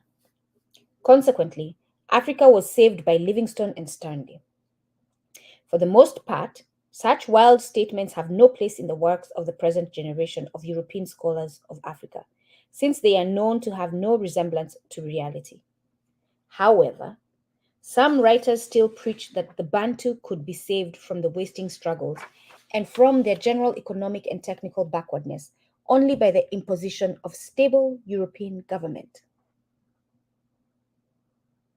Another supposed credit of the colonialists is that they developed nationalism in Africa. That is a superficial and mischievous claim, which entirely ignores the numerous states in Africa on the eve of colonization and the direction of their evolution. Nationalism is a certain form of unity which grows out of historical experience. It is a sense of oneness that emerges from social groups trying to control their environment and to defend their gains against competing groups. The nation state also imposes order and maintains stability within its own boundaries, usually on behalf of a given class. All of those characteristics were present in 19th century African states, some of which were much larger than the colonies arbitrarily defined by Europeans. It is true that the present African nationalism took the particular form of adopting the boundaries carved by the imperialists. That was an inevitable consequence of the fact that the struggle to regain African independence was conditioned by the administrative framework of the given colonies. But it would show crass ignorance of the African past to say that colonialism modernized Africa politically through nation states, especially when the implication is that such a level of political organization and stability would otherwise have been impossible. One colonialist proposition that has at least an air of possibility is that plausibility is that capitalism and colonial rule meant greater individual freedom for many Africans. Young men earning wages or individuals farming for cash became independent of the corporate demands of their families. It is debatable to what extent that was a worthwhile phenomenon, but it could be said, it could be said to be somewhat comparable to the way in which capitalism freed the individual in Europe from the restrictions of feudal society and from such bonds as those imposed by morally self-righteous people. Nevertheless, when any given African did break from what were proving to be onerous extended family obligation, what freedom did he acquire? His choice of alternatives was narrowly dictated by the colonialists, and he was only free to participate in the money economy and in the European-oriented cultural sector at the very lowest and most uncreative levels. There is a more sympathetic school of historians of Africa who contend that to see colonialism as completely negative is to underrate the initiative of Africans. Africans, they say, moved boldly into the labor market, into cash crop farming, into commerce in some instances, into the educational field, and into the churches. Boldly we moved. We weren't whipped as we dragged ourselves or tried to stand. They weren't whipping us. We moved boldly into those areas. Yet, those were simple responses, albeit vigorous ones, to the options laid open by the colonialists. True historical initiative by a whole people or by individuals requires that they have the power to decide on the direction in which they want to move. The latter aspect had to await the decade of the 1960s. Within any social system, the oppressed find some room to maneuver through their own. For instance, under the slave regime of America and the West Indies, Africans found ways and means of gaining small advantages. They would flatter and con the slave masters, who were so arrogant and bigoted that they were readily fooled. Similarly, under colonialism, many Africans played the game to secure what they could. Africans in positions like interpreters, police, and court officials often had their way over the ruling Europeans. However, that should not be mistaken for the power or political participation or the exercise of individual freedom. Under slavery, power lay in the hands of the slave masters. Under colonialism, power lay in the hands of the colonialists. The loss of power for the various African states meant a reduction in the freedom of every individual. Colonialism was a negation of freedom from the viewpoint of the colonized. Even in quantitative terms, it could not possibly bring modern political liberation to Africans comparable to the little that had been achieved by capitalism as an improvement of feudalism. In its political aspects, capitalism in the metropoles included constitutions, parliaments, freedom of the press. All of those things were limited in their application to the European working class. But they had existed in some form or fashion in the metropoles ever since the American War of Independence and the French Revolution. But Jules Ferry, a former French colonial minister, explained that the French Revolution was not fought on behalf of the blacks of Africa. Bourgeois liberty, equality, and fraternity was not for colonial subjects. Africans had to make do with bayonets, riot acts, and gunboats. Give me a few minutes just to take a quick break, and we'll come back to continue negative character or the social, political, and economic consequences. Give me a couple of minutes. Thank you.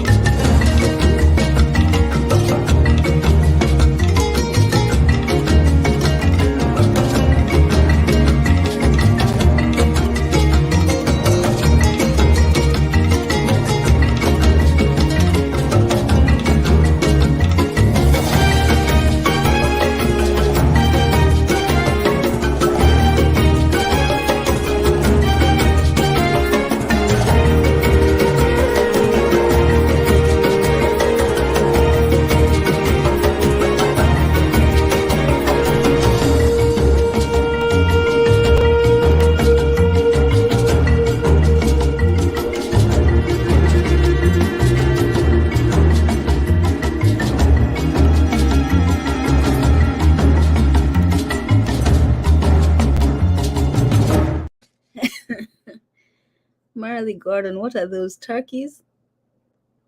I can't tell what that is. Thank you. That was a much needed break. All right, we continue chapter 6. Yeah, and I don't think we'll finish it today. It is 10:53. I would like to stop at 12 o'clock. So negative character or the social, political, and economic consequences. And for those of you in the United States, as much as we know, page 270, yes, page 270, Marley Gordon. Flowers, thank you so much for the flowers. We are on page 270. Yes, for those of you who are following with the book, thank you for that, for letting me know to mention that. For those of you who are following on the book, we are on page 270, this version of the book. And please ask questions, share your observations. Please, if you need me to repeat what I read, mention it in the chat. This is a gathering for us all. It's a community gathering. I just happen to be facilitating the reading, but we're all in this together. That just reminded me of white people when they say we're all in this together. Anyway, the argument so far has been aimed at showing that benefits from colonialism were small and that they were not gifts from the colonialists, but rather fruits of African labor and resources for the most part. So Baba Rodney is saying to you, African, who keeps talking about how the West has helped Africa. No. Start owning the development in Africa. Start owning the progress in Africa. We helped Africa. Our perseverance, our resistance, our resilience built Africa. Indeed, that was called the development of Africa by the colonialists. What was called the development of Africa by the colonialists was a cynical shorthand expression for the intensification of colonial exploitation in Africa to develop capitalist Europe.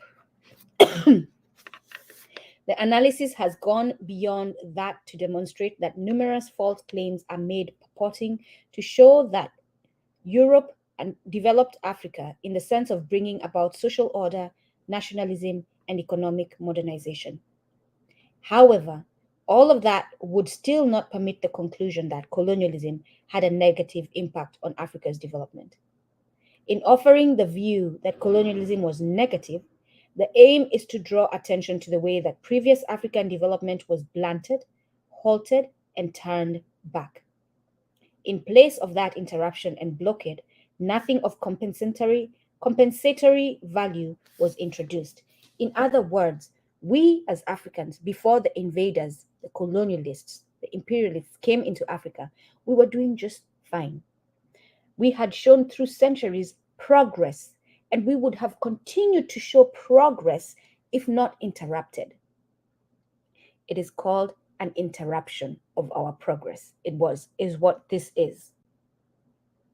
And for that interruption, they must pay, right? Reparations. For that interruption, they must pay. And that payment is going to be based on how much could we have advanced? How much did you take while we were paused and prevented from progressing? The colonization of Africa lasted for just over 70 years in most parts of the continent. This is an extremely short period within the context of universal historical development. Yet, it was precisely in those years that in other parts of the world, the rate of change was greater than ever before. As has been illustrated, capitalist countries revolutionized their technology to enter the nuclear age. Meanwhile, socialism was inaugurated, lifting semi-feudal, semi-capitalist Russia to a level of sustained economic growth higher than that ever experienced in a capitalist country. Socialism did the same for China and North Korea, guaranteeing the well-being and independence of the state, as well as reorganizing the internal social arrangements in a far more just manner than ever before. Excuse me. It is against those decisive changes that events in Africa have to be measured. To mark time or even to move slowly while others leap ahead is virtually equivalent to going backward. Certainly, in relative terms, Africa's position vis-à-vis its colonizers became more disadvantageous in the political, economic, and military spheres. To this day, no existing African military exists without influence from Europe. None. None. Name it to me and I'll step aside and correct my statement. All of them. And they are all being trained by Europeans. And then, for example, the recent visit of the so-called King and Queen of England, the Kenyan government took the King and Queen of England, who should be their enemy, given the record we have stated and the record that is very clear, to see how their military is performing. The person who you could raise your arms against, you're showing them how you're performing. The decisiveness of the short period of colonialism and its negative consequences for Africa spring mainly from the fuel that Africa lost power. Power is the ultimate determinant in human society, being basic to the relations within any group and between groups. It implies the ability to defend one's interests and, if necessary, to impose one's will by any means available. In relations between peoples, the question of power determines maneuverability in bargaining, the extent to which one people respect the interests of another, and eventually the extent to which a people survive a physical or cultural entity. When one society finds itself forced to relinquish power entirely to another society, that in itself is a form of underdevelopment. So, just the fact that they stopped your society, from being a powerful society, that just there, you have already started the journey of underdevelopment. During the centuries of pre-colonial trade, some control over social, political, and economic life was retained in Africa, in spite of the disadvantageous commerce with Europeans. That little control over internal matters disappeared under colonialism. Colonialism went much further than trade. It meant a tendency towards direct appropriation by Europeans of the social institutions within Africa. Africans ceased to set indigenous cultural goals and standards and lost full command of training young members of the society. Those were undoubtedly major steps backward. The Tunisian Albert Memmi puts forward the following proposition. The most serious blow suffered by the colonized is being removed from history and from the community. Colonization usurps any free role in either war or peace, every decision contributing to his destiny and that of the world, and all cultural and social responsibility. Sweeping as that statement may initially appear, it is entirely true. The removal from history follows logically from the loss of power which colonialism represented. The power to act independently is the guarantee to participate actively and consciously in history, not to be beaten through it, and to do things because you're being whipped, and because you're being forced, and because there are police standing over you, but to do it willingly, to self-determine. To be colonized is to be removed from history, except in the most passive sense. A striking illustration of the fact that colonial Africa was a passive object is seen in its attraction for white anthropologists who came to study primitive society. Colonialism determined that Africans were no inure makers of history than were beetles, objects to be looked at under a microscope and examined for unusual features. The negative impact of colonialism in political terms was quite dramatic.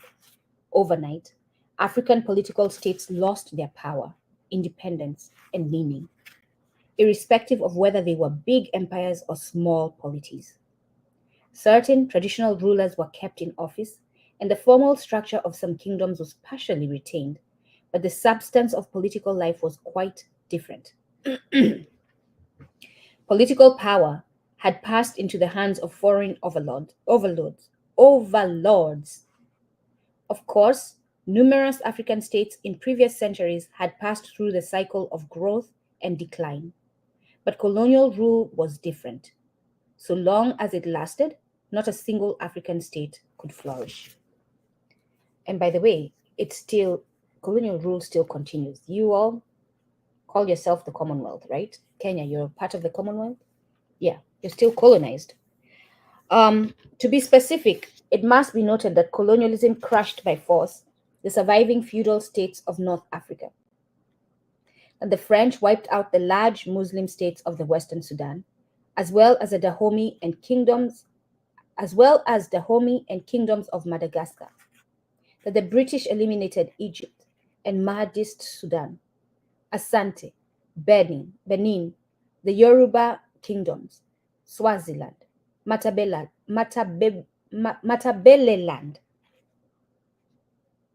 the Lozi, and the East African Lake kingdoms as great states.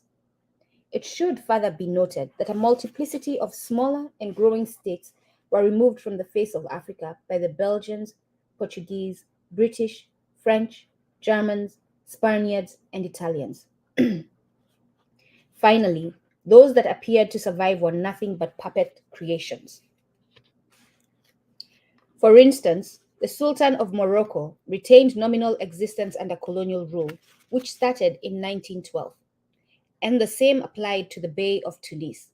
But Morocco and Tunisia were just as much under the power of French colonial administrators as neighboring Algeria, where the feudal rulers were removed altogether. If you, as a so-called leader, cannot make your laws, cannot make policy, cannot manage your land, cannot do for your people out of your own will, you cannot do for your people without knock, knock, knock. Why did you make that decision? Hello, why are you doing that? Hello, no, you cannot do that. You're not independent. And that is the case in every single African country today. Sometimes the African rulers who were chosen to serve as agents of foreign colonial rule were quite obviously nothing but puppets. The French and the Portuguese were in the habit of choosing their own African chiefs, and the British went to Igbo land and invented warrant chiefs. And all the colonial powers found it convenient to create superior or paramount rulers. So if today you're an African, I'm sorry, I just remembered something. You're an African calling yourself the Excellency. You're this, you're that. That's a lot of nonsense, and it needs to stop. Very often, the local population despised such colonial stooges. Hold on. Your Excellency. What does Your Excellency actually mean? Like, who knows what Your Excellency means? What are they excellent in? And do their actions show this excellence that you all keep calling them Your Excellency? I am not calling you Your Excellent. Never will I call anyone Your Excellent. Never. There were traditional rulers such as the Sultan of Sokoto, the Kabaka of Buganda, and the Asanteni of Asante, who retained a great deal of prestige in the eyes of Africans.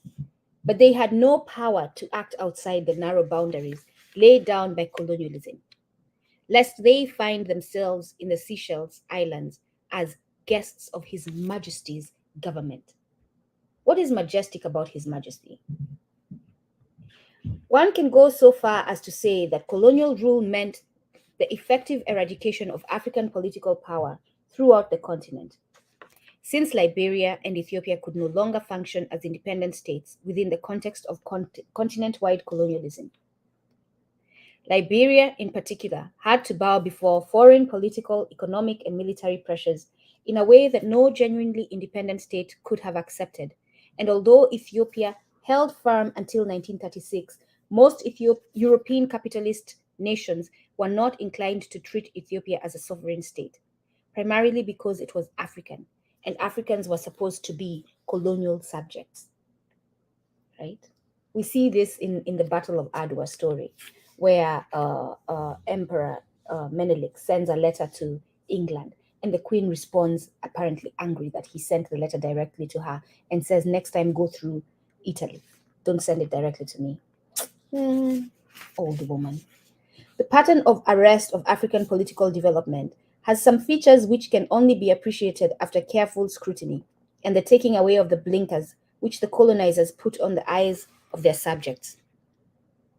A lot of you Africans are still wearing those blinkers, unfortunately. An interesting case in point is that of women's role in society.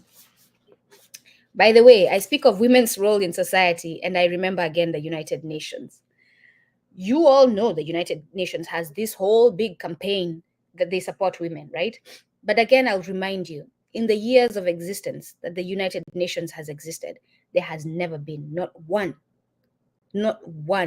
leader who was a woman of the United Nations. I'm talking about the top leader of the United Nations. Until today, capitalists, and there are very, very, very, very many capable women, very many. Until today, capitalist society has failed to resolve the inequality between man and woman, which was entrenched in all modes of production prior to socialism. The colonialists in Africa occasionally paid lip service to women's education and emancipation, but objectively, there was deterioration in the status of women owing to colonial rule. A realistic assessment of the role of women in independent pre-colonial Africa shows two contrasting but combined tendencies. In the first place, women were exploited by men through polygamous arrangements designed to capture the labor power of women. As always, exploitation was accompanied by oppression, and there is evidence to the effect that women were sometimes treated like beasts of burden, as for instance in Muslim African societies.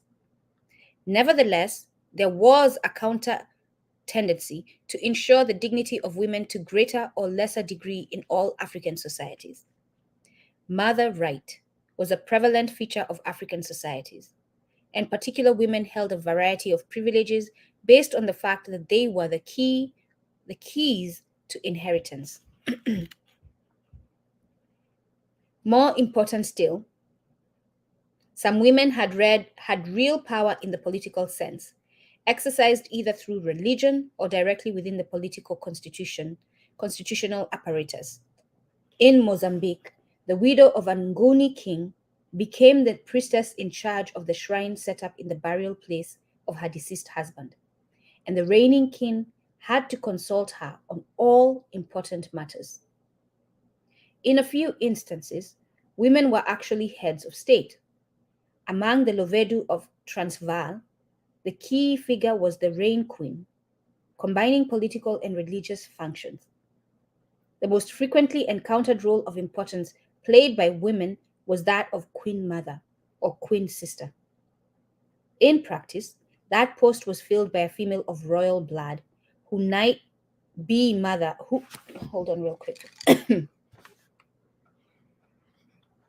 might be mother, sister, or aunt of the reigning king in places such as Mali, Asante, and Buganda. Her influence was considerable, and there were occasions when the Queen Mother was the real power and the male king a mere puppet.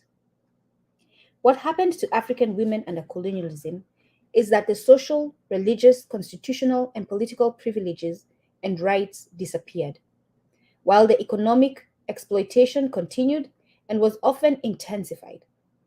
It was intensified because the division of labor according to sex was frequently disrupted.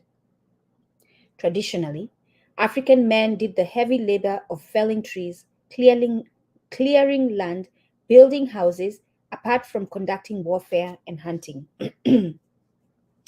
By the way, there are some societies, African societies, where women did that. I believe the Maasai do that.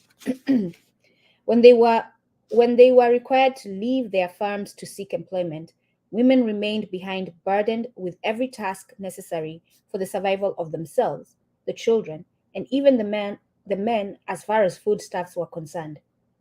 Moreover, Since men entered the money sector more easily and in greater numbers than women, women's work became greatly inferior to that of men within the new value system of colonialism. Men's work was modern and women's was traditional and backward.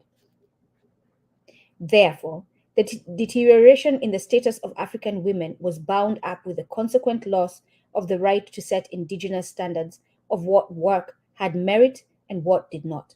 And to show how we as human beings do not use the brain that the divine gave us, how we are completely like we need to be better as far as using our brain.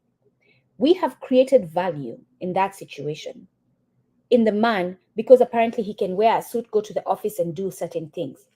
We have taken value out of the woman because apparently she's staying home, raising kids, and cooking, preparing the farm, and feeding this man.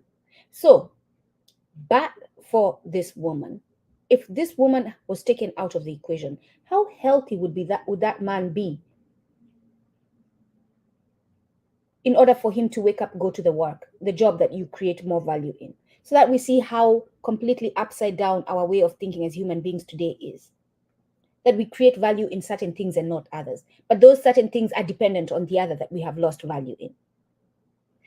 As in, a healthy man would not exist if not for a wife who was cooking and caring for him and caring for his children. And his generation would end right there if the woman was not caring for those children and if they all died. This man would be a suit-wearing, valued man for one lifetime. I'm talking about his legacy. We as African people, as we continue to figure out how a liberated Africa community looks like, we must stop giving value to certain people and taking value from others, especially when you know that the value of that person is dependent on the value of the other. So value must be given to all. Equal value, equitable value. One of the most important manifestations of historical arrests and stagnation in colonial Africa is that which commonly goes under the title of tribalism. That term, in its common journalistic setting, is understood to mean that Africans have a basic loyalty to tribe rather than nation, and that each tribe still retains a fundamental hostility towards its neighboring tribes. The examples favored by the capitalist press and bourgeois scholarship are those of Congo and Nigeria. Their accounts suggest that Europeans tried to make a nation out of the Congolese and Nigerian peoples, but they failed because the various tribes had their age-long hatreds, and as soon as the colonial power went, the natives returned to killing each other.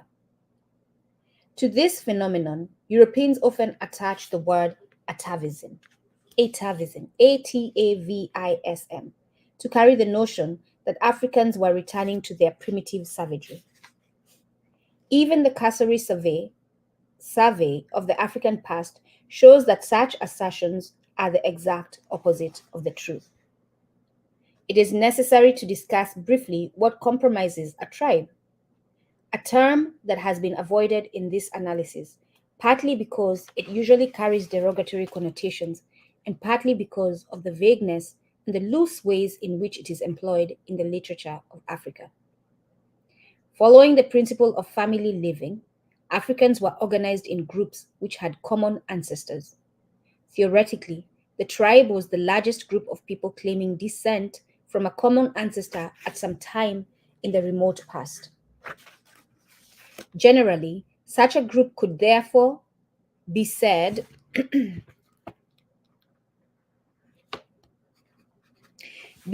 to be of the same ethnic stock, and their language would have a great deal in common.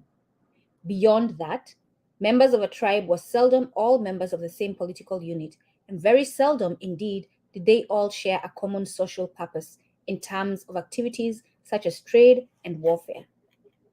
Instead, African states was sometimes based entirely on part of the members of a given ethnic group, or more usually, on an amalgamation of the members of different ethnic communities.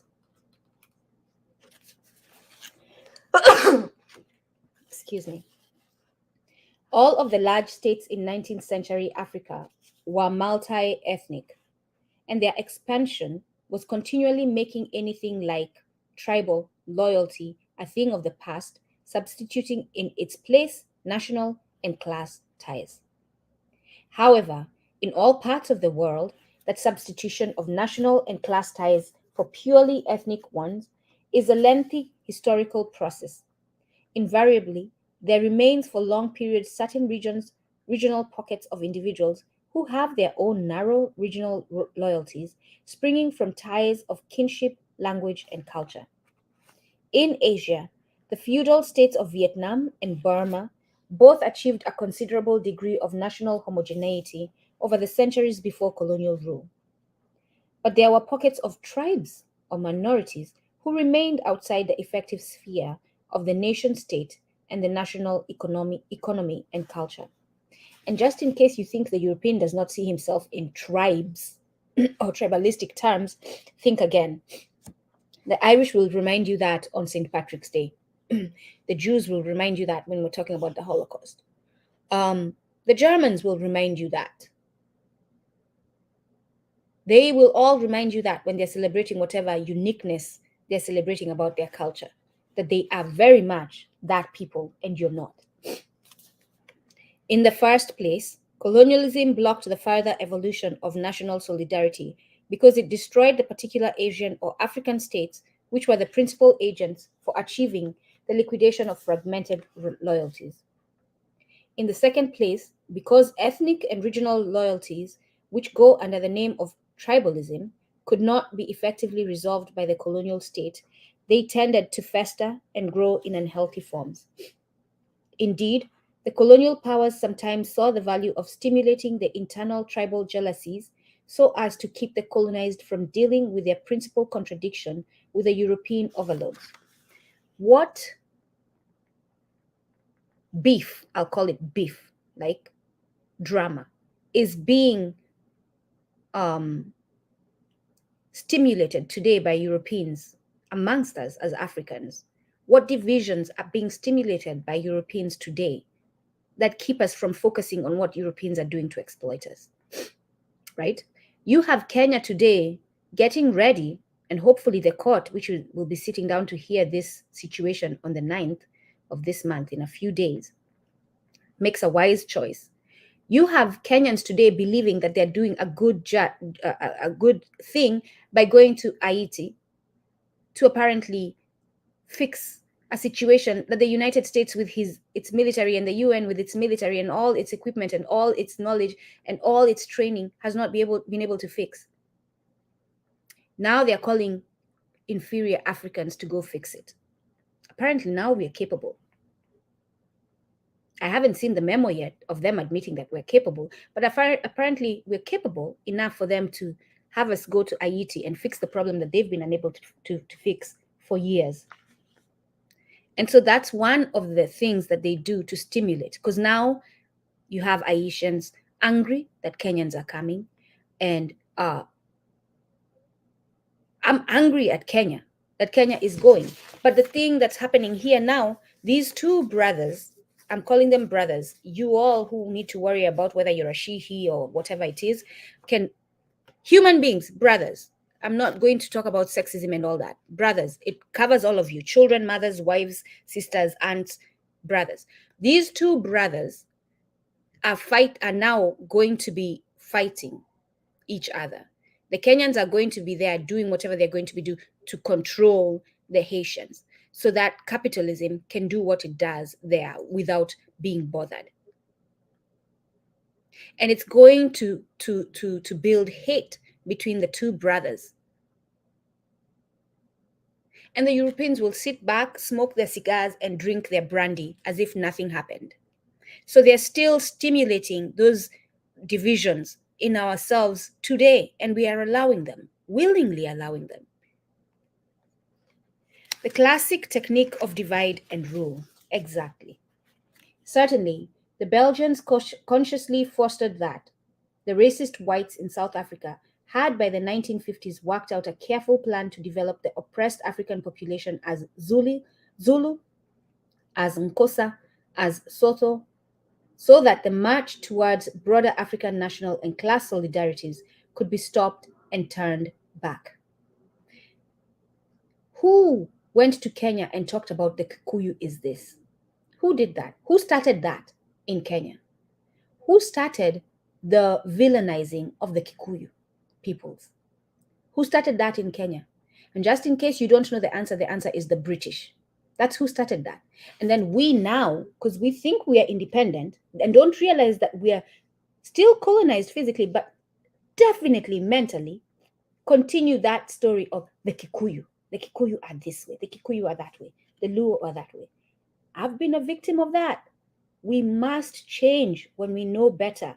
When you learn, when you read this, when you hear it read, and you realize that that is a thing that was used to exploit you and control you, you must stop it. The civil war in Nigeria is generally regarded as having been a tribal affair. To accept such a contention would mean extending the definition of tribe to cover Shell oil and Gulf oil. I love me some Baba Walter Rodney, honestly. But quite apart from that, it must be pointed out that nowhere in the history of pre-colonial independent Nigeria can anyone point to the massacre of Igbos by Hausas or any incident which suggests that people up to the 19th century were fighting each other because of ethnic origin. Of course, there were wars, but they had a rational basis in trade rivalry, religious contentions, and the clashes of political expansion. Baba Rodney is saying people back then in Africa did not kill each other just because you were a different person. They didn't just kill you because you practice a certain way of glorifying the divine, or because you spoke a certain way, or because you moved a certain way. They do that today, which is what we call genocide. Just because you're a certain thing, they kill you. Not because they want to have trade opportunities, not because they want to have political power, which is not okay. But that's not why they do that. They do that just because. Just because. What came to be called tribalism at the beginning of the new epoch of political independence in Nigeria was itself a product of the way that people were brought together under colonialism so as to be exploited. This reminds me of Palestine. If you're going to take, this reminds me of Palestine. The British and the US, right? They know very well what religion the Jews practice, right? They know that very well. They know very well what religion the Palestinians practice. And they know the histories of the conflict between the two religions and the disagreements. But they decide, oh, wait a minute. That's the perfect place we're going to put the Jews, right next to the people they don't agree with religiously. And everything will be fine. That's the perfect place. And now we're all surprised that there's disagreement. When we know the historical conflict between the two religions. That's and I'm simplifying this. It's just one aspect of what's going on. We're not even talking about the land grabbing aspect, which is the main aspect, the land. We're not talking about that. But we're talking about how intentionally imperialists create situations that they know are going to be toxic and that will not create peace, while doing it in the name of peace. And we just go along with it. Of course, there were wars, but they had a rational, I'm sorry, I went back too far. It was a product of administrative devices, of entrenched region separations, of differential access by the particular ethnic groups into be, hold on real quick.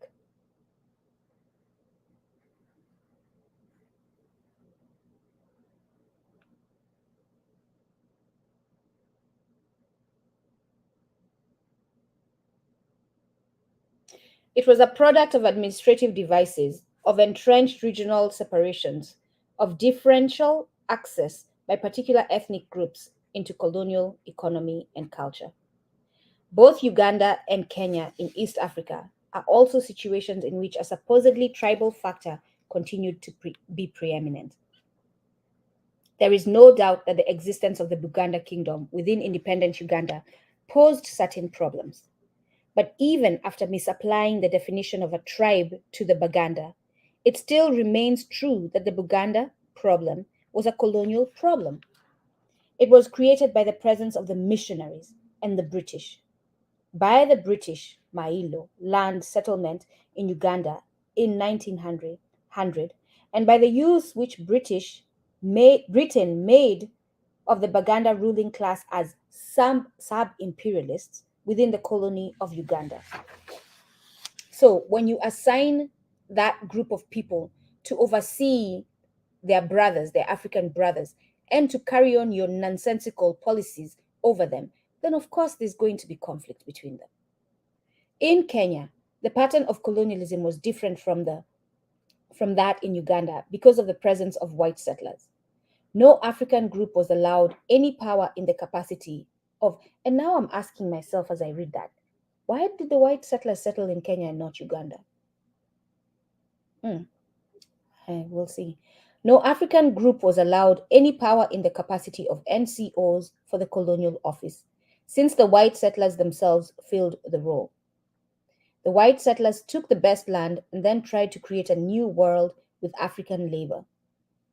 However, the African community which lay outside the immediate white settler sector was regulated along tribal lines, and they did that. One of the numerous royal commissions of British colonialism published a report on Kenya in 1934. A contemporary Kenyan historian commented on the report as follows.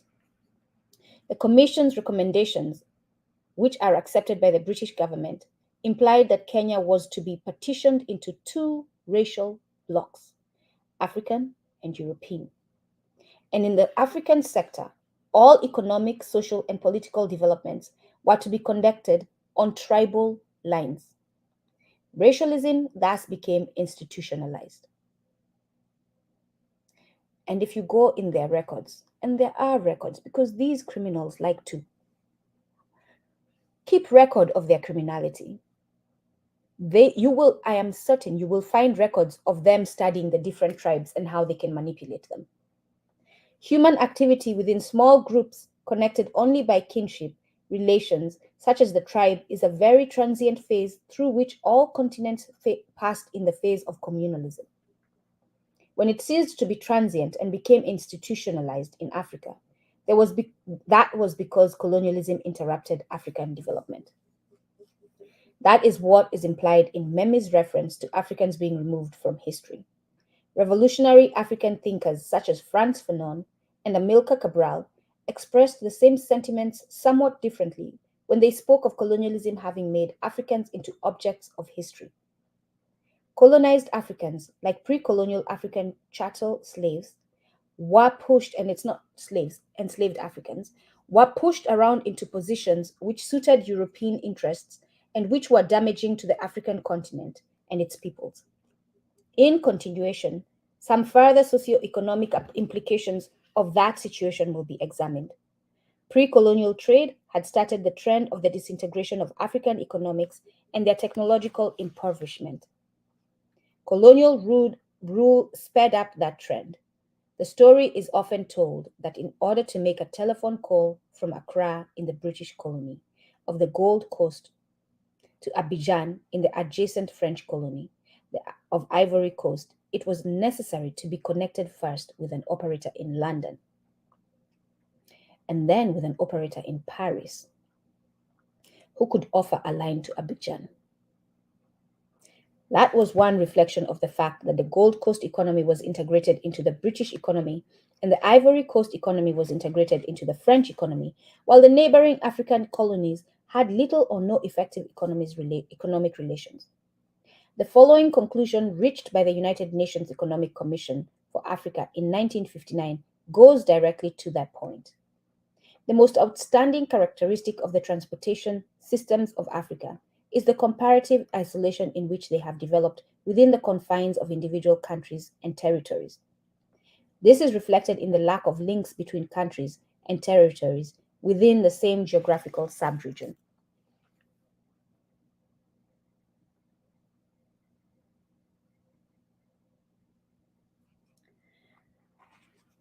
That phone story about the phone where you're in Accra, you're calling Britain to be connected, and then Britain is calling France to connect you to Abidjan, right? That's the same thing when it comes to some policy making in Africa or economic activities, where these African presidents are calling Europe first to get the okay to do whatever it is they want to do. That's happening today. Some African trade did persist across colonial boundaries. For instance, the centuries old trade in kola nuts and gold from the forests of West Africa to North Africa never completely ceased. Besides, new forms of African trade developed, notably with regard to supplying foodstuffs to towns or cash crop areas where there was insufficiency of food. That kind of trade could be entirely within a colony or it could cross colonial boundaries. However, the sum total of energy that went into expansion of inter-African trade was extremely small in comparison with trade that was export-oriented. Since this inter-African trade did not bring benefits to Europeans, it was not encouraged by them, and up to the latter part of the colonial period, only 10% of Africa's trade was internal. It is also worth noting that Africa was denied the opportunity of developing healthy trade links with parts of the world other than Europe and North America. Some trade persisted across the Indian Ocean, but on the whole, it is fair to say that the roads in Africa led to the seaports and the sea lanes led to Western Europe and North America. That kind of lopsidedness is today part of the pattern of underdevelopment and dependence. The damaging impact of capitalism on African technology is even more clearly measurable in the colonial period than in the earlier centuries. In spite of the slave trade and of the import of European goods, most African handicraft industries still had vitality at the start of the colonial period. They had undergone no technological advance and they had not expanded, but they had survived.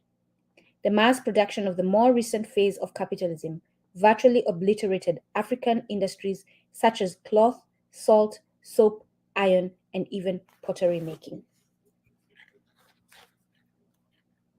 In North Africa, handicraft industries had made the greatest advances before colonialism in spheres ranging from brasswork to woolens. As in the towns of feudal Europe, craft workshops flourished in Algerian towns like Oran, Constantine, Algiers, and Tlemcen. But French colonialism destroyed the handicraft industries and threw thousands out of work. The same thing had happened in Europe itself, when new machines threw artisans out of employment in places like Lancashire and Lyons. But in that instance, the new machines became the basis of the prevailing mode of production, and formerly independent artisans returned to factories as proletarians to master different skills and expand the productive capacity of their society. In Africa, it was simply destruction without redress. So, in Europe, they do the same thing to their people. They innovate and they build machines, right? And these people who are doing this work by hand are out of jobs. But they compensate these people because now they provide them with something else that they can do, and they provide them with the skills, the opportunities to learn and build the skills to do that something else. In Africa, they took it and they never compensated you, and they never provided you an opportunity to build elsewhere or in another way. By the time political independence was achieved, surviving craftsmanship had been turned towards attracting tourists rather than meeting the real needs of African people. Ooh. I just said that earlier on when we started about, I gave the story about the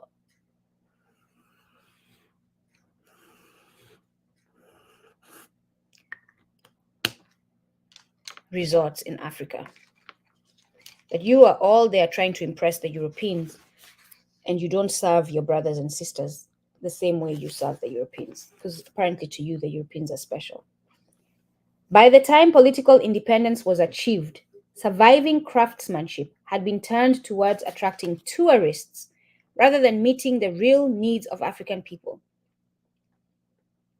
So, Kenyans, unfortunately, I understand that you're trying to make money, but you're trying to make money cannot just be for the white man who comes to visit, for you to sell to them. And what's happening now, by the way, in Mombasa is during times where situations like there's a war going on and stuff like that, they suffer a lot because they've become dependent on white people to come and visit. And so white people are not coming to visit and they're not doing well. So we must figure out a different way of doing of traveling and supporting that industry if we claim that it plays such a big role in our economy. We as Africans must start traveling. We as Africans must start treating Africans who visit as important people, as people who are deserving of just as much service as those white people that you think have special need for service. Besides, as was true of the European slave trade, this is what I'm saying to you. This is all I'm saying to you. For me, Nduku, and I'm certain I'm not the only African, you treat me like that, you go, no, I gonna tell you. Right there out in front of everyone, I'm gonna tell you. I'm going to remind you that I sat there before the white person sat there, and you best serve me as well. That's all I'm saying. You want to be an ignorant after finding out the truth. You want to continue being an ignorant African. Just be ready for the African who's decolonized their mind to put you in your place. Because I will be putting you in your place. I don't have grace. I don't. She is not a friend of mine. I don't. That's okay. You can call me and couth whatever words you want to call me. Good. Go ahead and call me. Put me on the front of the list of those people that you want to name that.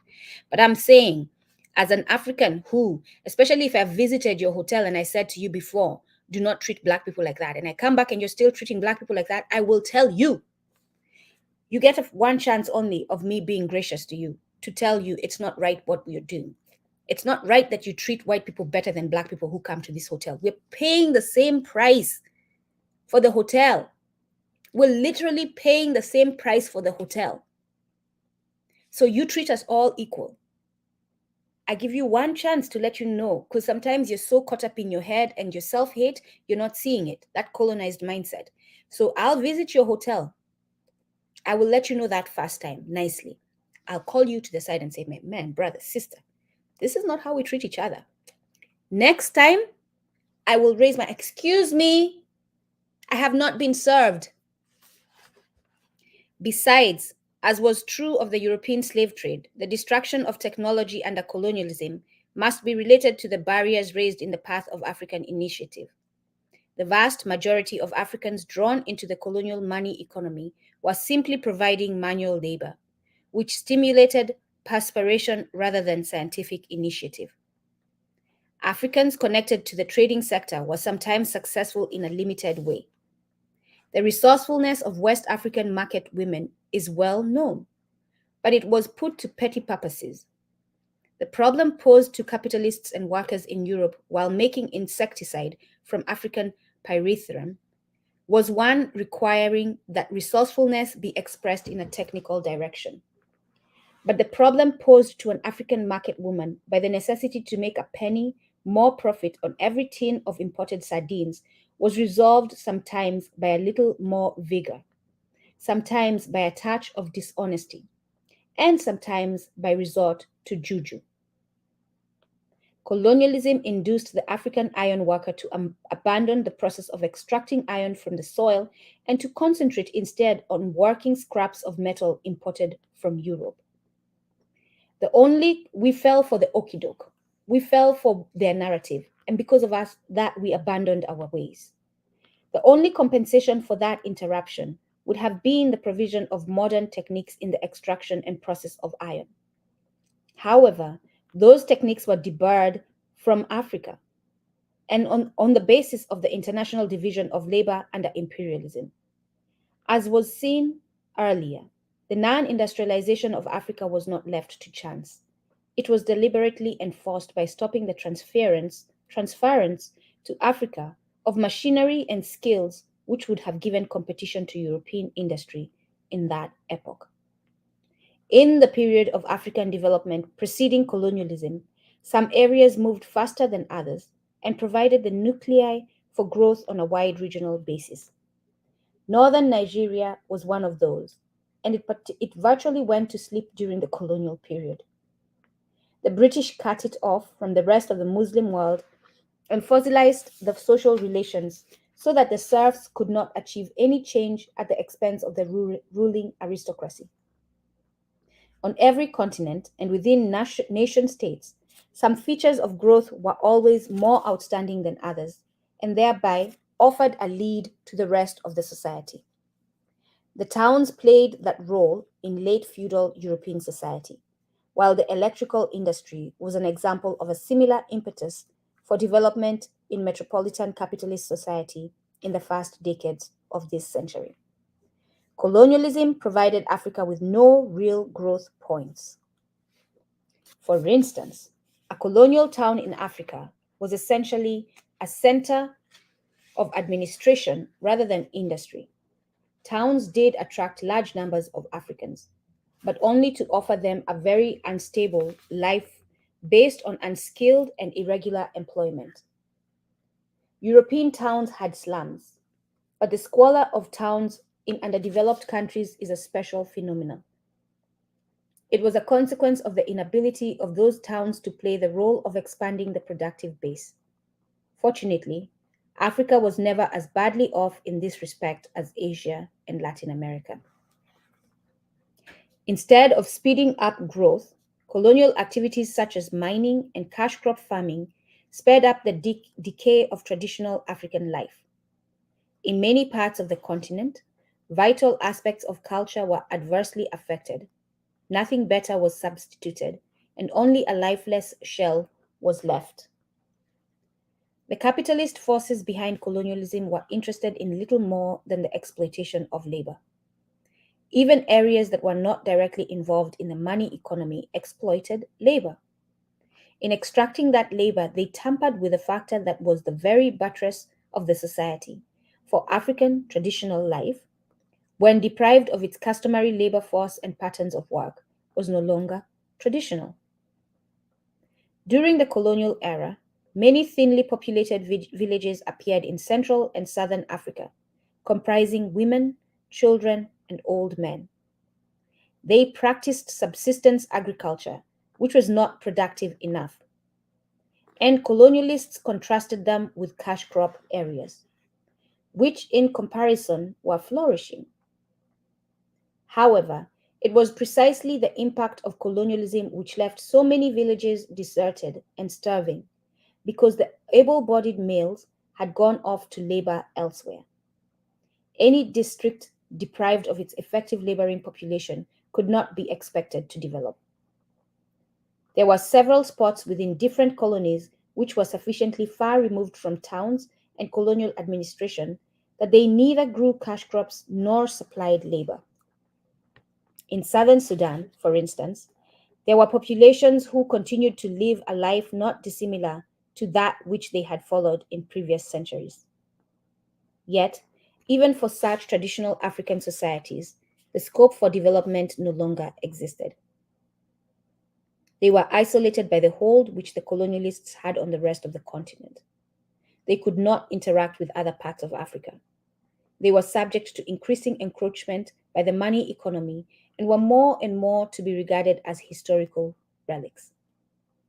The classic example of this type of obstructed historical development is to be found in the United States, where the indigenous population of Indians who survived slaughter by the whites were placed in reservations and condemned to stagnation. Indian reservations in North America are living museums to be visited by white tourists who purchase curios. In South Africa and Rhodesia, the policy of establishing native reserves was openly followed. Inside a reserve, the major means of production was the land. But the quantity and fertility of the land allocated was entirely inadequate to support the number of Africans who were driven in. The reserves were reservoirs of cheap labor and dumping grounds for those who could not be accommodated within the money economy of the racist southern section of Africa. Further north, there were no areas named as reserves except in colonial Kenya and to a very limited extent in Tanganyika. But the money economy was constantly transforming the traditional sector into one which was just as deprived as any reserve. The money economy of colonialism was a growing sector. That is not to be denied. However, it has already been indicated how limited that growth was, viewed over the continent as a whole. The growth in the so-called modern sector exercised adverse effects on the non-monetary sector. What remains is to emphasize that the character of growth in Africa under colonialism was such that it did not constitute development. That is, it did not enlarge the capacity of the society to deal with the natural environment, to adjudicate relations between members of the society, and to protect the population from external forces. Such a statement is already implicitly born, I'll pause there quickly. So, as we continue to build, what are we going to do as Africans? We must build systems that will enlarge the capacity of our society to deal with the natural environment. We must build a system or systems that will adjudicate relations between members of the society. We must build systems that will protect the population from external forces. External forces, do not forget who the external forces, given the record that we have seen in the book. Such a statement is already implicitly borne out in the inability of capitalism to stimulate skilled labor in colonial Africa. Okay, how many minutes? 10 minutes. These 2 pages might be our last pages. A system which must stand in the way of the accumulation of skills does not develop anything or anybody. A system which must stand in the way of accumulation of skills does not develop anything or anybody. I'll read that one more time. A system which must stand in the way of the accumulation of skills does not develop anything or anybody. It is implicit, too, in the manner in which Africa was cut into economic compartments, having no relation one to another, so that even though the volume of commercial activity within each compartmentalized colony may have increased, there was no development comparable to that which linked together the various states of the United States. In recent times, economists have been recognizing in colonial and post-colonial Africa a pattern that has been termed growth without development. That phrase has now appeared as the title of books on Liberia and Ivory Coast. It means that goods and services of a certain type are on the increase. There may be more rubber and coffee exported. There may be more cars imported with the proceeds, and there may be more gasoline stations built to service the cars. But the profit goes abroad, and the economy becomes more and more a dependency of the metropoles. In no African colony was there economic integration or any provision for making the economy self-sustained and geared to its own local goods. Same case today. Therefore, there was growth of the so-called enclave import-export sector, but the only things which developed were dependency and underdevelopment. Same case today. A further revelation, if indeed the West has been in just the years of my existence, right? Because since I was born, they've been helping Africa. Then why is African presidents still going for aid? Why are they still applying for loans if we've been helped this whole time?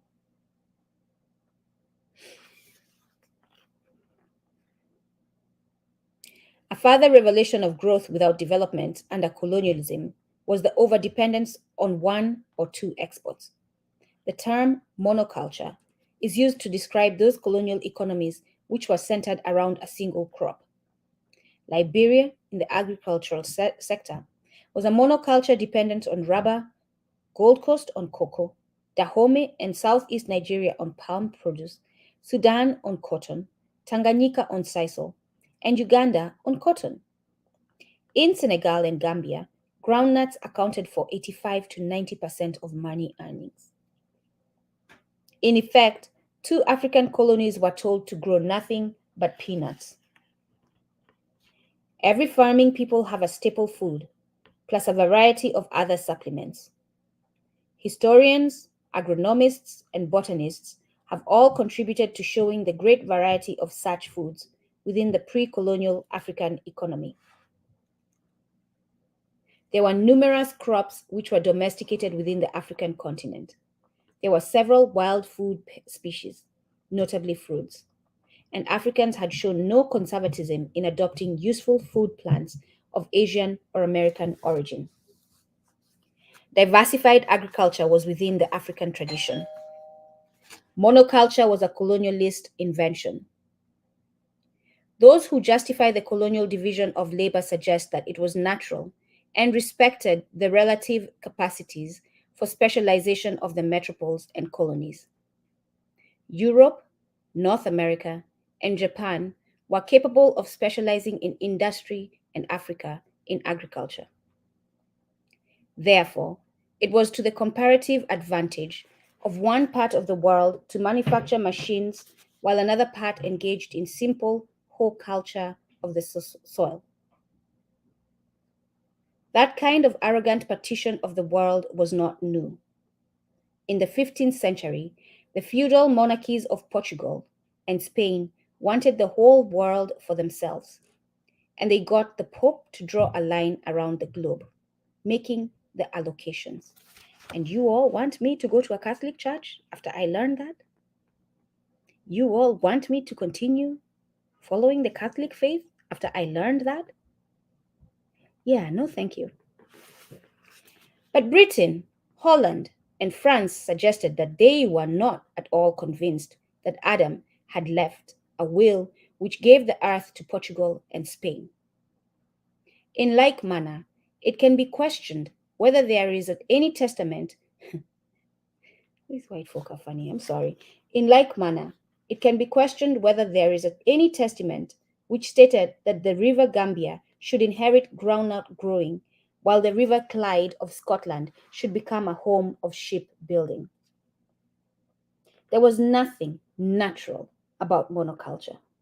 It was a consequence of imperialist requirements and machinations, extending into areas that were politically independent in name. Monoculture was a characteristic of regions falling under imperialist domination. Certain countries in Latin America, such as Costa Rica and Guatemala, were forced by United States capitalist firms to concentrate so heavily on growing bananas that they were contemptuously known as banana republics. In Africa, this concentration on one or two cash crops for sale abroad had many harmful effects. Sometimes, cash crops were grown to the exclusion of staple foods, thus causing famines. And then they come in with their UN and talk about they're going to support you and distribute food when they are the ones who've caused the famine. For instance, in Gambia, rice farming was popular before the colonial era, but so much of the best land was transferred to groundnuts that rice to be imported on a large scale to try to counter the fact that famine was becoming endemic. In Asante, concentration on cocoa raised fears of famine in a region previously famous for yams and other foodstuff. Yet the threat of famine was a small disadvantage compared to the extreme vulnerability and insecurity of monoculture. When the crop was affected by internal factors such as disease, that amounted to an overwhelming disaster, as in the case of Gold Coast cocoa, when it was hit by swollen shoot disease in the 1940s. Besides, at all times, the price fluctuations, which were externally controlled by the West, left the African producer helpless in the face of capitalist maneuvers. This will be our last page. From a capitalist viewpoint, actually the 2 pages, Monocultures commended themselves most because they made colonial economies entirely dependent on the metropolitan buyers of their produce. At the end of the European slave trade, only a minority of Africans were sufficiently committed to capitalist exchange and sufficiently dependent upon European imports to wish to continue the relationship with Europe at all costs. Colonialism increased the dependence of Africa on Europe in terms of the numbers of persons brought into the money economy and in terms of the number of aspects of socio-economic life in Africa, which derived their existence from the connection with the metropole. The ridiculous situation arose by which European trading firms, mining companies, shipping lines, banks, insurance houses, and plantations all exploited Africa and at the same time caused Africans to feel that without those capitalist services, no money or European goods would be forthcoming, and therefore Africa was in debt to its exploiters. The factor of dependency made its impact felt in every aspect of the life of the colonies, and it can be regarded as the crowning vice among the negative social, political, and economic consequences of colonialism in Africa, being primarily responsible for the perpetuation of the colonial relationship into the epoch that is called neo-colonialism. Finally, attention must be drawn to one of the most important consequences of colonialism on African development, and that is the stunting effect on Africans as a physical species. Colonialism created conditions which led not just to periodic famine, but to chronic undernourishment, malnutrition, and deterioration in the physique of the African people. If such a statement sounds wildly extravagant, it is only because bourgeois propaganda has conditioned even Africans to believe that the malnutrition and starvation were the natural lot of Africans from time immemorial. A black child with a transparent rib cage, huge head, bloated stomach, protruding eyes, and twigs as arms and legs was the favorite poster of the large British charitable operation known as Oxfam. The poster represented a case of kwashiorkor. Kwashiorkor is, he explains it. Extreme malignant malnutrition. It's a Kiswahili word. Oxfam called upon the people of Europe to save starving African and Asian children from kwashiorkor and such ills. Oxfam never bothered their consciences by telling them that capitalism and colonialism created the starvation, suffering, and misery of the child in the first place. There is an excellent study of the phenomenon of hunger on a world scale by a Brazilian scientist, Jose de Castro. It incorporates considerable data on the food and health conditions among Africans in their independent pre-colonial state or in societies untouched by capitalist pressures, and it then makes comparisons with colonial conditions. The study convincingly indicates that the African diet was previously more varied, being based on a more diversified agriculture than was possible under colonialism. In terms of specific nutritional deficiencies, those Africans who suffered most under colonialism were those who were brought most fully into the colonial economy, namely the urban workers. So you all bougie black people think you're doing so well. Apparently not so. For the sake of the doubters, several of De Castro's observations are listed below, occasionally supplemented by other data. 1.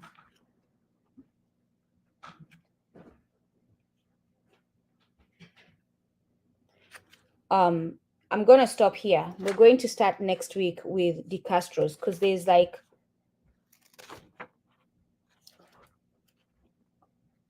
six observations that they share. So we're going to start from here next week. Let me just mark it. De Castro's observations. That's where we're going to start next week. It's a good place to start. And I thank you all for joining us. Let me see what is in the chat if you have any questions. Kenya and CARICOM countries, right? What was that in relation to? I forget. I know I mentioned CARICOM as far as reparations, but I have a feeling. Oh, we're talking about Haiti, right? Kenya sending, yes, and CARICOM countries. Uh-huh. You're welcome. You're welcome. Mm-hmm.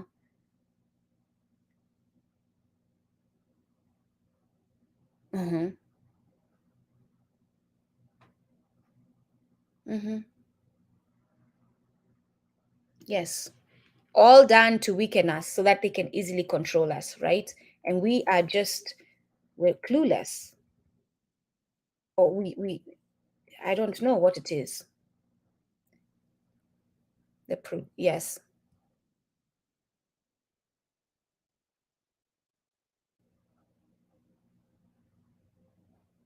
Mm, yes.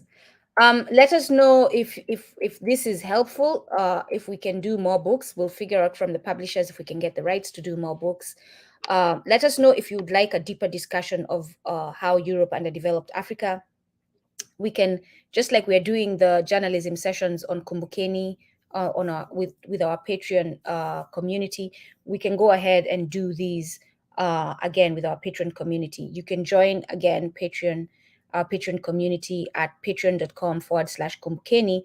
Our membership goes as little as $3 a month, which is less than the price of a lot of you, uh, of the price that a lot of you pay for cable. Um, or for coffee one day. Yeah, I'm going to be that person who's here talking sales and telling you that for the price of your coffee, join our membership and we can decolonize our minds together. Yes. Ah. Lloyd's is an oppressor today. You're right, Ndugu Langston. Yes. Reactionary suicide versus revolutionary suicide. Ooh. I'm looking forward to reading Huey Newton's Revolutionary Suicide. Someone said that title is not a good title. What do you all think? Revolutionary Suicide.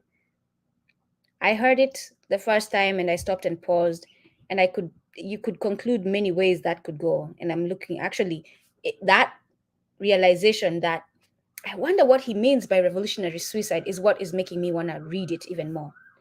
On top of the fact that it's Huey Newton writing the book, right? Um, Coente Seeley, tell me if I'm saying your name wrong. Kionte? Kionte? Tell me if I'm saying your name wrong. Do you all remember the name of a woman, comrade of Walter Rodney in the Caribbean? She passed away relatively recently ago. She's supposed to have some work coming out soon. Ooh, I don't know that. I don't know that. If anyone could let us know who, or you, Conte, silly, you can let us know who that is. No, I'm not familiar with that woman. Let us know who the person is. If they were comrades of Baba Walter Rodney, means they're revolutionary, and we would love to read the work that is coming out soon. So please let us know who it is. Um, yes, and thank you all. Thank you all for contributing. Peace to the chat. Yes, Wakata. Peace to the chat. You're welcome all. It is my pleasure to do this work. It is nothing compared to what our ancestors went through. It's nothing compared to what the Algerians went through as they were fighting for their liberation. It's nothing compared to what Africans enslaved in the United States, in the Caribbeans, the Kenyan Land and Freedom Army, all the Africans, wherever they may be, who rose up against oppression. Nothing compared to what they went through. Me sitting here for 4 hours, or is it 3 hours, and coughing through it and reading a book and trying to drink some water. Nothing compared to that. I am not in the forests of Kenya ducking from bombs being dropped from the sky by British oppressors and invaders. So, you know what? I will gladly pick up the book every Monday and read it, and we can have a discussion. Thank you. Share the video. The goal is to have this information get to as many Africans as possible so that we can get them started on their path to decolonizing their minds, and so that they can be useful Africans as far as building a liberated African. Right now, they're useless to us because they're fighting us, and that's not good. So we need to educate them. Asanteni, kwaherini, siku njema. And please support the Walter Rodney Foundation. You want to learn how you can take action, visit the website https or www.walterrodneyfoundation.org/take-action. All right, it is scrolling down on our screen. Please visit that website and support the work that they do. Asanteni.